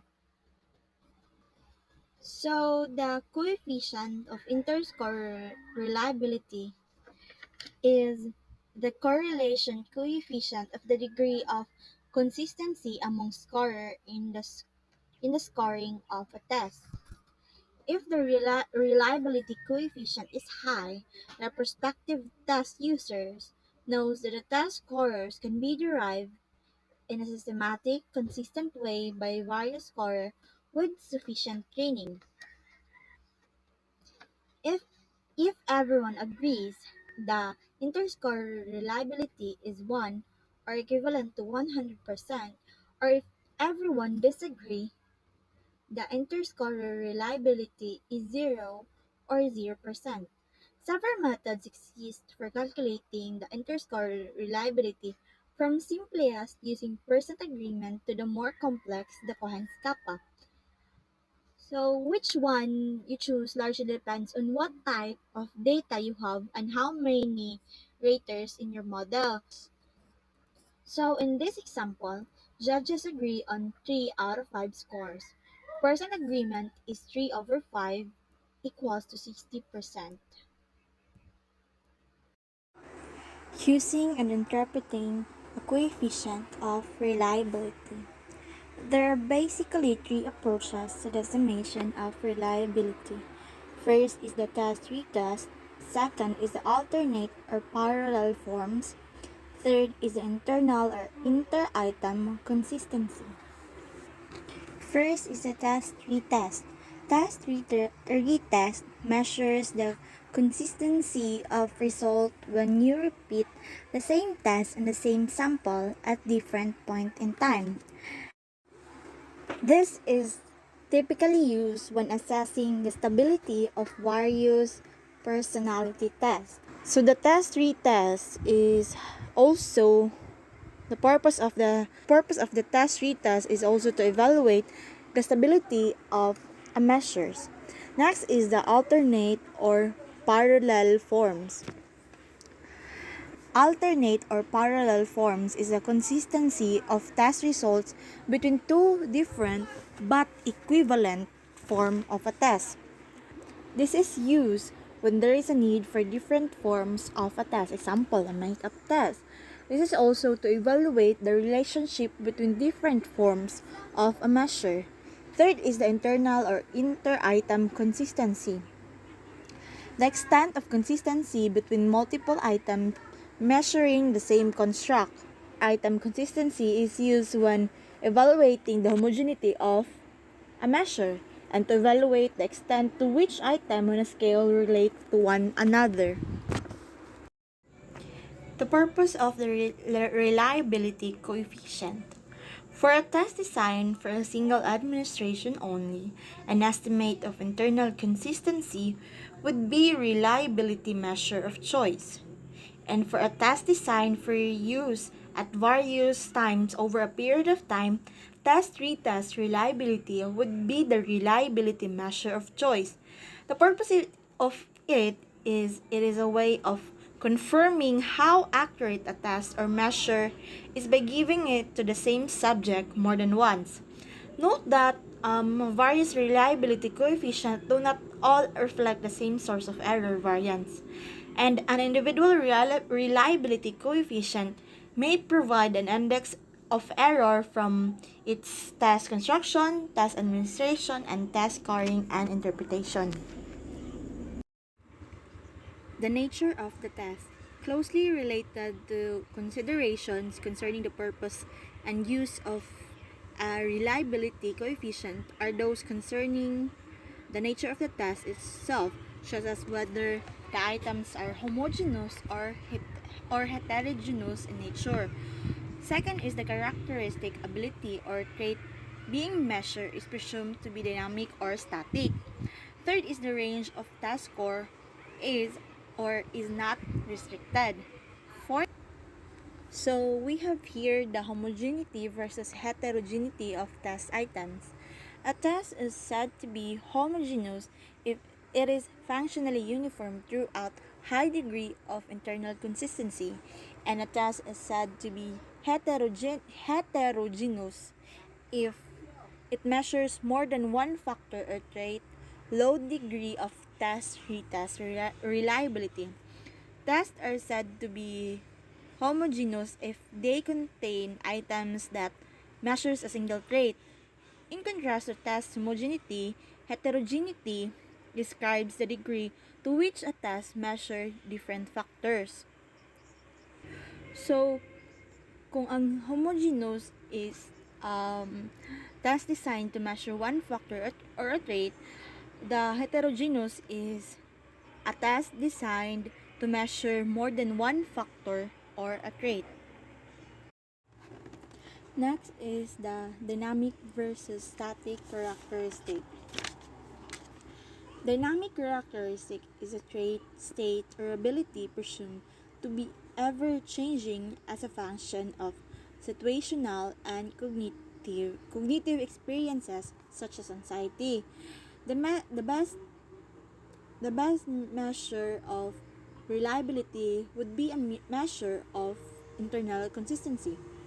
And for the static characteristic, a trait, state, or ability presumed to be relatively unchanging, such as intelligence. The best measure of reliability would be either a test-retest method or alternate form method. Restriction or inflation of range. Restriction of range or restriction of variance tend, tends to result in a lower correlation coefficient. So the variance of either variable is restricted by the sampling procedure, and the inflation of range or the inflation of variance tends to result in higher correlation coefficient. So the variance of either variable is inflated by the sampling procedure. In using and interpreting a coefficient or reliability, the issue variously referred to a restriction of range or restriction of variance, or or conversely inflation of range or inflation of variance is highly important. Also, of critical importance is whether the range of variance employed is appropriate to the objective of the correlation analysis.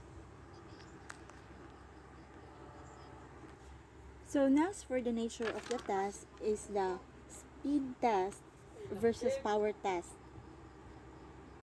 So power test time limit is long enough to allow test takers to attempt all items, and some items are so difficult that no test taker is able to obtain a perfect score. In power test, it is arranged increasing the difficulty, and it tests the knowledge of the test taker and is based on items that are answered correctly. And for the speed test, generally contains items or uniform level of difficulty so that when given generous time limits, all test takers should be able to complete all test items correctly. On the speed test, there are easy items and the score are based on the numbers of questions are attempted to answer. However, in practice, the time limit on a speed test is established so that few, if any, of the test taker will be able to complete the entire test. Score differences on a speed test are therefore based on performance speed because items attempted tend to be correct. Reliability should be based on performance from two independent testing periods using one of the followings: the test-retest reliability, the alternate forms reliability, the split half reliability from two separately timed half tests. For the criterion reference test, a test designed to provide an indication of whether a test taker stands with respect to some variable or criterion, such as educational objective. So, criterion reference tests compare a student knowledge and skills against a predetermined standard of score or other criterion. Traditional measures of reliability are not appropriate for criterion reference tests. As individual differences and variability decrease, traditional measures of reliability would also decrease, regardless of the stability of individual performance. So, each individual is compared with present standard. So so each individual is compared with preset standard for acceptable achievement. The performance of other examinees is irrelevant. The true score model of measurement and alternatives to it. Classical test theory, or the CTT, also referred to as the true score or classical model of measurement. The CTT is the most widely used model in psychometrics because of its simplicity and notion that everyone has a true score. So a true score is a value that, according to the classical test theory, genuinely reflects an individual's ability or trait level as measured by a particular test. very test dependent. Another advantage of the CTT is that its assumption allow for its application in most situations. CTT is compatible and easy to use with its widely used statistical techniques. Another problem has to do with the length of tests that are developed using CTT model is the CTT favor the development of longer rather than short tests. Domain sampling theory and generalizability theory. Domain sampling theory seeks to estimate the extent to which specific sources or variation under defined conditions are contributing to the test score. In domain sampling theory, a test reliability is conceived as an object. In domain sampling theory, a test reliability is conceived as an objective measure of how precisely the test score assesses the domain from which the test draws a sample. A domain of behavior or the universe of items that could conceivably measure that behavior can be true as hypothetical construction, one that shares certain characteristics with the sample of items that make up the test. In theory, the items in the domain are thought to have the same means of variance of those in the test that samples from the domain. Measures of internal consistency are perhaps most compatible with domain sampling theory. Next is the generalizability theory, based on the idea that a person's test score vary from testing to testing because of variables in the testing situation. So the generalizability theory encourages test developers and researchers to describe the details of a particular test situation or universe leading to a specific test score. This universe is described in terms of its facet, which include things like the number of items in the test, the amount of training the test scorer have had, and the purpose of the test administration. According to the generalizability theory, given the exact same condition of all the facets of the universe, the exact same test score should be obtained. The test score is the universe score.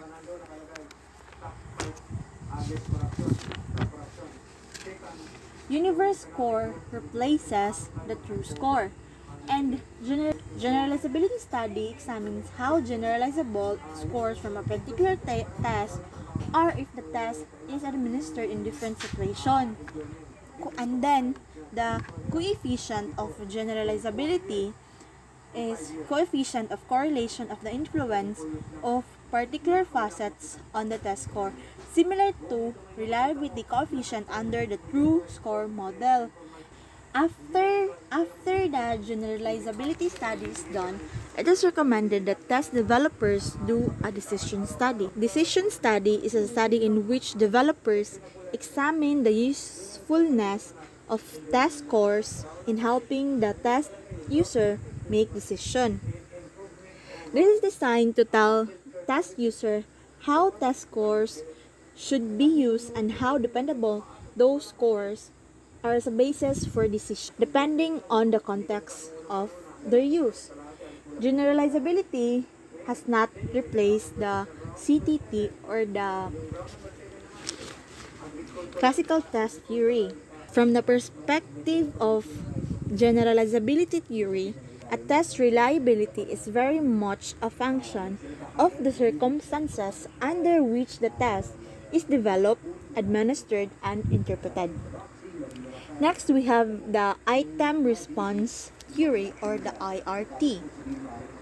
Item response theory or the IRT provide a way to model the probability that a person with X ability will be able to perform as a level of Y. This means that a person with X amount of personality trait will exhibit Y amount of that trait on a personality test designed to measure it. IRT is another alternative to the true score model. There are well over 100 varieties of RIT model. Each model is designed to handle data with certain assumption and data characteristic. So examples of two characteristics of items within an IRT framework are the difficult level of an item. Difficulty refers to the attribute of not being easily accomplished, solved, or comprehended. This may also refer to physically difficulty, how hard or easy it is for a person to engage in a particular activity. A next example of two correct of a next example of the characteristic of items within an IRT framework is the item's level of discrimination. Discrimination signifies the degree to which an item differentiates among people with higher or lower levels of the trait, or whatever is being measured. A number of different IRT models exist to handle data resulting from the test administration of tests with various characteristics and various formats. So,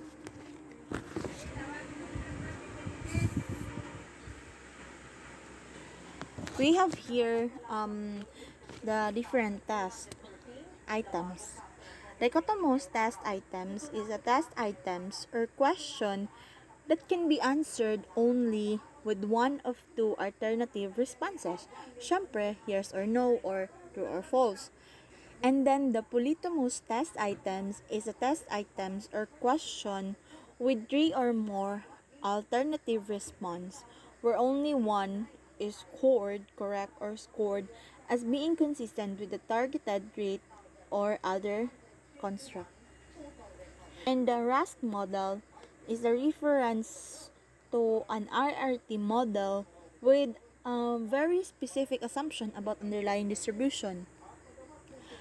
So, due to the mathematical sophistication of the IRT approach, it is often out of reach for many everyday users of tests such as classroom teachers and others. Reliability and individual scores. The reliability coefficient helps the test developer build an adequate measuring instrument, and it helps the test user select a suitable test. So according to the book, however, the usefulness of the reliability coefficient does not end with test construction and selection. By employing the reliability coefficient in the formula for the standard error of measurement, the test user now has another descriptive statistic relevant to its interpretation. This one is useful in estimating the precision of a particular test score. The standard error of measurement, or SEM, is the tool used to estimate or infer the extent to which an observed score deviates from a true score. The standard deviation of a theoretically normal distribution of test score obtained by one person on equivalent test. So the standard error of measurement is also referred to as the standard error of a score. Index of the extent to which one individual scores vary over tests presumed to be parallel. In general, the relationship between the standard error of measurement and the reliability of a test is inverse. So, we have here the formula, the standard deviation of the test score by the group of test taker, and this RXX is the reliability coefficient of the test. For you to understand more about the standard error of measurement and how to compute, I have here short clip. Hi, welcome to howtostats.com. In this presentation, I'm going to talk about standard error of measurement. I'm going to explain what it is, and then I'm going to go through an example. So here's an outline of the presentation. I'm going to ask what is it and give an answer. what is its purpose, how is it estimated, how is it applied, and final considerations. So a standard error of measurement, SEM, what is it? It's a standard deviation of errors of measurement that are associated with test scores. Now I have test in quotation marks because really the standard error of measurement can be applied to any instrument that produces scores. This could be instruments used by a medical doctor, a mechanic, an automotive mechanic, or most frequently it's a psychometrist or a psychologist that would be interested in the standard error of measurement, or at least they more frequently apply it. But anyone who's using tools to make measurements should be interested in the standard error of measurement. What is its purpose? The standard error of measurement, in addition to giving us an estimate of the standard deviation of errors, allows us to quantify the extent to which a test provides accurate scores. So low levels of standard error of measurement indicate high levels of score accuracy, and conversely, high levels of standard error of measurement indicate low levels of score accuracy. So take an example of an IQ score of 96. If you obtain that IQ score, you might want to ask, how confident am I that the person's true IQ score is 96? If there's a certain amount of error associated with the tool that's being used to estimate the IQ score, then there will be a range of scores under which the true score will fall. And SEM allows us to estimate that precisely. So how is it estimated? We use a very basic formula. It's a standard deviation of the sample scores multiplied by the square root of 1 minus the reliability of scores. Now that sounds like a mouthful, but this is the formula. It's simply the standard deviation of scores. So let's say IQ scores. What's the standard deviation? And then we multiply that by the square root of 1 minus the reliability of those scores. So how is it applied? We use the SEM to calculate confidence intervals around obtained scores. And there are probably three typical confidence intervals that we estimate. It's a 68% confidence intervals, which is simply the obtained score plus or minus the standard error of measurement. 95% confidence intervals, which is probably most frequently applied in practice. So it's the score plus or minus the product of 1.96 and the standard error of measurement. Now this 1.96 corresponds to the Z distribution point at which 95% of scores fall under that. And then 99% confidence interval. A score plus or minus 2.58 times standard error of measurement. So as you increase your confidence levels, as in you increase the range, you also have a corresponding larger Z value that you're multiplying the standard error of measurement. Now it might look like for the 68th percent confidence interval that you're not multiplying the standard error measurement by something, but you are. You're multiplying it by 1. I didn't add it in this formula, but that's what it means. The standard deviation of errors in measurement corresponds to a z-score of 1, and we know that one z-score of 1 above and beyond the mean, below the mean, corresponds to 68% of those values in the normal distribution. So I'm assuming that you know what the normal distribution is and that what a standard deviation is in this presentation. Let's look at an example. Consider an IQ test with a standard deviation of 15. In fact, most IQ tests are designed in such a way to have a standard deviation of 15, so this is a very real example.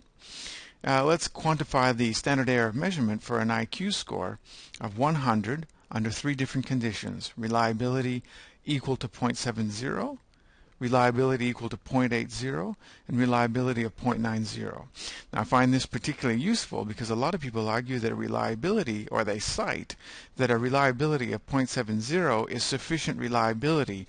It's a sufficiently acceptable level of reliability. And I think using the standard error of measurement in terms of the confidence intervals, you probably won't share that view anymore. Level of reliability. And I think using the standard error of measurement in terms of the confidence intervals, you probably won't share that view anymore. So let's check it out.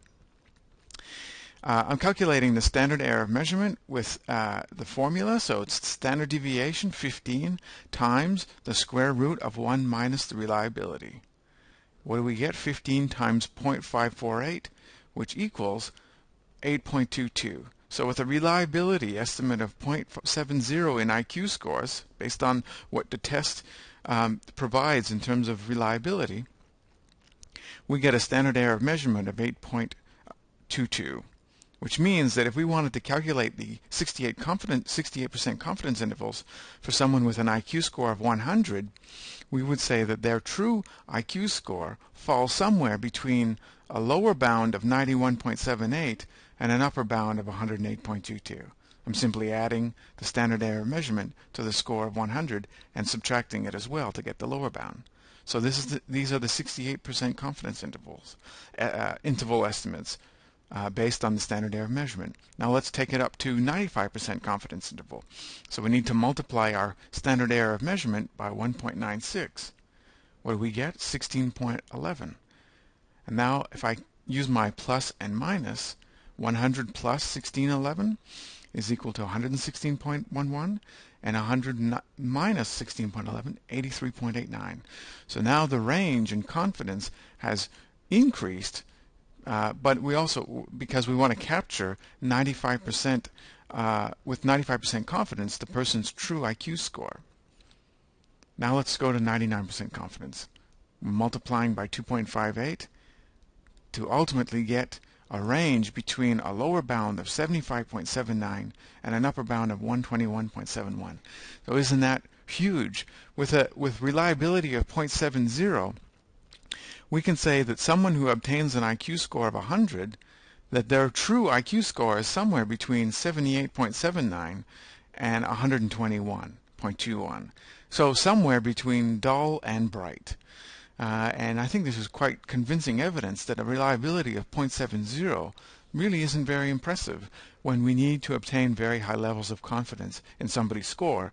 And in something like an IQ score, very often we do need very high levels of precision. Now I'm going to go through this quickly. This is for the reliability level of 0.80, so it's bumped up from 0.7 to 0.8.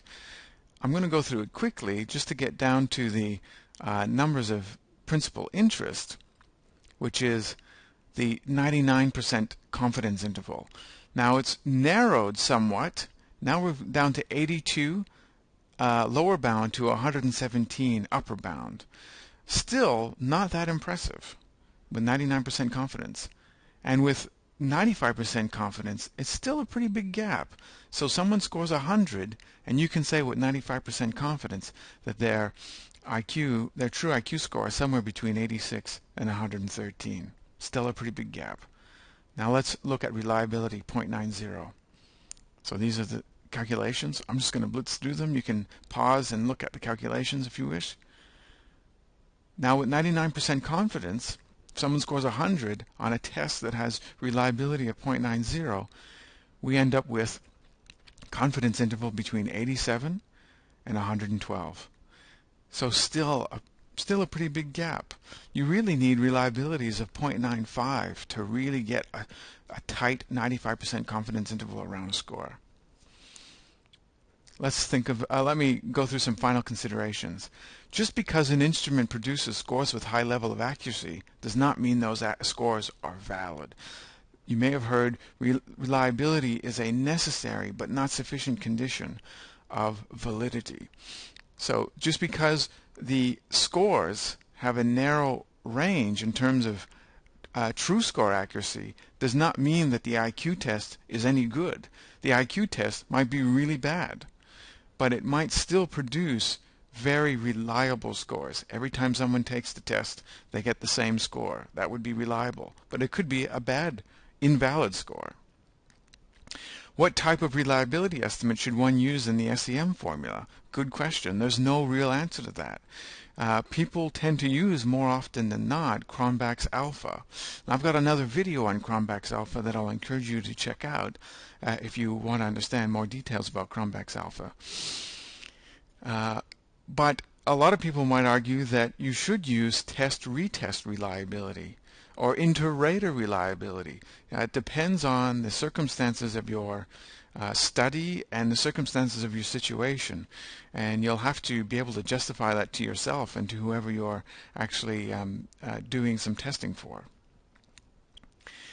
There, I'll point out finally that the formula I used to estimate the standard error of measurement, which is really simple, standard deviation multiplied by the square root of 1 minus reliability, that only works and is only applicable to scores that correspond to the mean of that test or sample.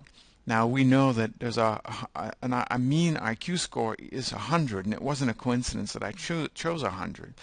But if you want to estimate the standard error of measurement for someone who scored a score of 115, you need to use a different formula that is more complicated and bigger, but it's still relatively easy to use. And maybe I'll follow that up with a blog post, and I'll add a link underneath this video in the summary of this video on YouTube. I'll add a link talking about the differences between the formulas. Anyway, I hope you enjoyed this video, and thanks for watching. The standard error of the difference between two scores is a statistical measure that can aid a test user in determining how large a difference should be before it is considered statistically significant. It is also used for comparison between two scores. Error related to any of the number of possible variables operative in a testing situation can contribute to a change in a score achieved on the same test from one administration to the next, and the amount of error in a specific test score is embodied in the standard error of measurement, but score can change from one testing to the next for reasons other than error. So for you to also understand this concept, I have here a short clip of video.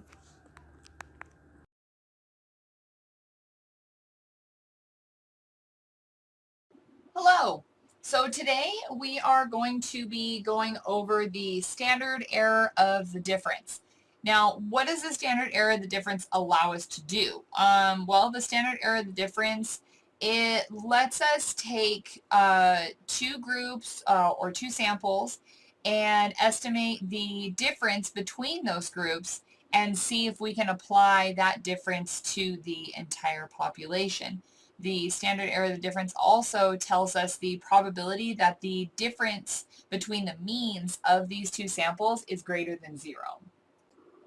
Okay, let's get started on an example problem.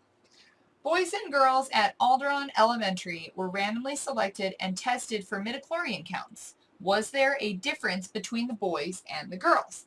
And I've gone ahead and written down the midichlorian counts for the boys and the midichlorian counts for the girls. So we are going to be looking for a standard error of the difference. So I have gone ahead and written down the formula that we need for the standard error of the difference. So let's go ahead and get that written down. So it is the standard error of the mean for group 1 squared plus the standard error of the mean for group 2 squared, and then all of that is square root. Okay, so since the standard error of the mean is not given to us, we need the formula for that as well. So the standard error of the mean is going to be standard deviation over n minus 1, square root that. Now remember, there's two different formulas for this. For this particular problem, we're going to be using this one because the next thing that we're going to figure out is the standard deviation. So that is the sum of the raw scores over n minus the mean squared. Okay, now in order to figure out all of these problems here, we're going to have group 1 and we are going to have group 2. Okay, so we're going to need an n value for each of those. We are going to need a mean for each of those. We're going to need the ex squared value. We're going to need the standard deviation. And we're going to need the standard error of the mean and the standard error of the mean. Okay, let's go ahead and get started. Okay, so first off, what is our in count? How many people do we have in our study? We've got 1, 2, 3, 4, 5, 6 for the girls. Here, let's go ahead and label that group 2. And then we'll label this one group 1. And then 1, 2, 3, 4, 5, 6 for the boys as well. Okay, let's go ahead and figure out our mean. Okay, so we've got to add all of these up together. That is going to give us 35. Now for the mean, it is the sum of the raw scores divided by n. So that's going to give us 35 divided by 6. And that's going to give us a mean of 5.83 for group 1. 83. Okay? We're going to go ahead and do the same for this one. So we're going to add all of these numbers up, and that is going to give us 49. And then we're going to do the same thing for the formula for the mean. So 49 divided by how many people are in our study, which is 6. And that is going to give us 8.17.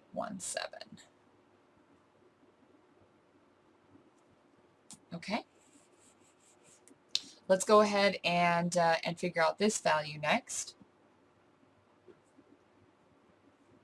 So remember, we're going to square all of these and add them up.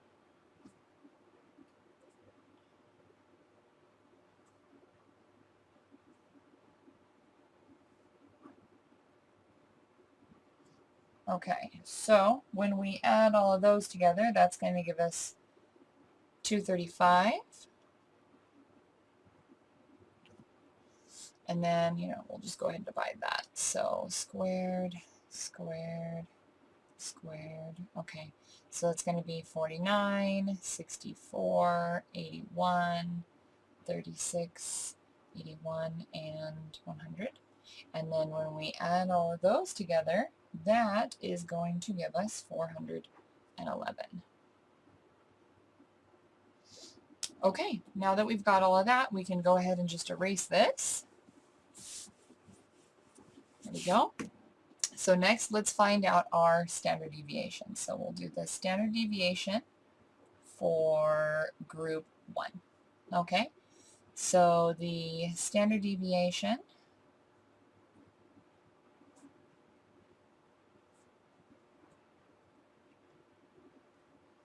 okay, so let's go ahead and plug those values in for group 1 over here. So we'll have 235 divided by our n value of 6 minus our mean of 5.83. And we're going to square that, and then we're going to square root that whole entire thing. Okay, so when we take 235 and divide that by 6, that's going to give us 39.17 minus 5.83 squared is 33.99. Okay, and then when we subtract those two, that's going to give us 5.18. And then when we square root that, that's going to give us 2.2759. Don't forget to round. So it's going to be 2.28 is going to be our standard deviation for our group 1. So 2.28. Okay, there we go. Now let's go ahead and figure out the standard deviation for group 2. So we've got our EX squared value of 411 divided by 6 minus the mean of 8.17 squared. Okay, so we are going to divide 411 by 6. That's going to give us 68.5 minus 8.17 squared is 66.75. Square root all that. So we're going to subtract that. That's going to give us 1.75. And that is going to give us 1.3228. Don't forget to round. So we have 1.32 as our standard deviation for group 2. Next, let's go ahead and work on our standard error of the mean. So let's do group 1 first. Okay. So our standard error of the mean is the standard deviation over n minus 1. Okay, let's just go ahead and plug in our values from group 1. So our standard deviation is 2.28 over n value 6 minus 1. So that's going to give us a 2.28 over the square root of 5. And then 2.28. When we figure out the square root of 5, that's going to give us 2.2360. Remember, we've got a round. So 2.28 over 2.24. And then when we divide that out, that's going to give us 1.0178. And then we have to round again. So that's 1.02 for our standard error of the mean for group 1. So 1.02. Okay? All right, there's that. Now let's go ahead and do group 2. Okay, so we're going to do the same exact thing. The standard deviation is 1.32 over 6 minus 1. 1.32, 6 minus 1 is 5. 1.32. And then when we get the square root of 5, we're just going to go ahead and put the 2.24. That's already rounded. Okay, and then when we divide those out, that is going to give us 0.5892. Now remember, we've got a round. So our answer is going to be 0.59 for our standard error of the mean for group 2. Last part. Let's figure out the standard error of the difference. Okay, so the standard error of the difference is the standard error of the mean for group 1 squared plus the standard error of the mean for group 2 squared. So let's just go ahead and plug those values in. So we will have our standard error of the difference will be 1.02 squared plus 0.59 squared, and then the whole thing of that will be square rooted. Okay, so 1.02 squared is 1.04 plus 0.59 squared is 0.35.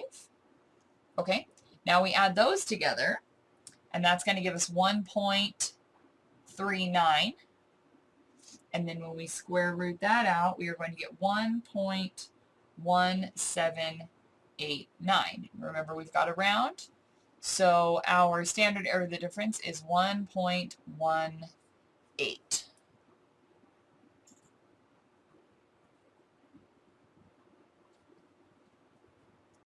So the calculated result that we got for our standard error of the difference was 1.18. Using the information that we had from the initial word problem, we can go ahead and put our findings into word form, into a sentence form, so that other people understand what our findings mean.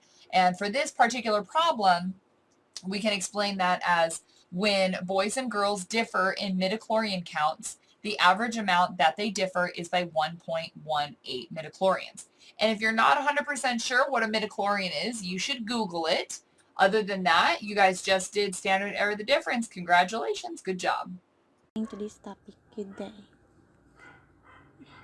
And thank you for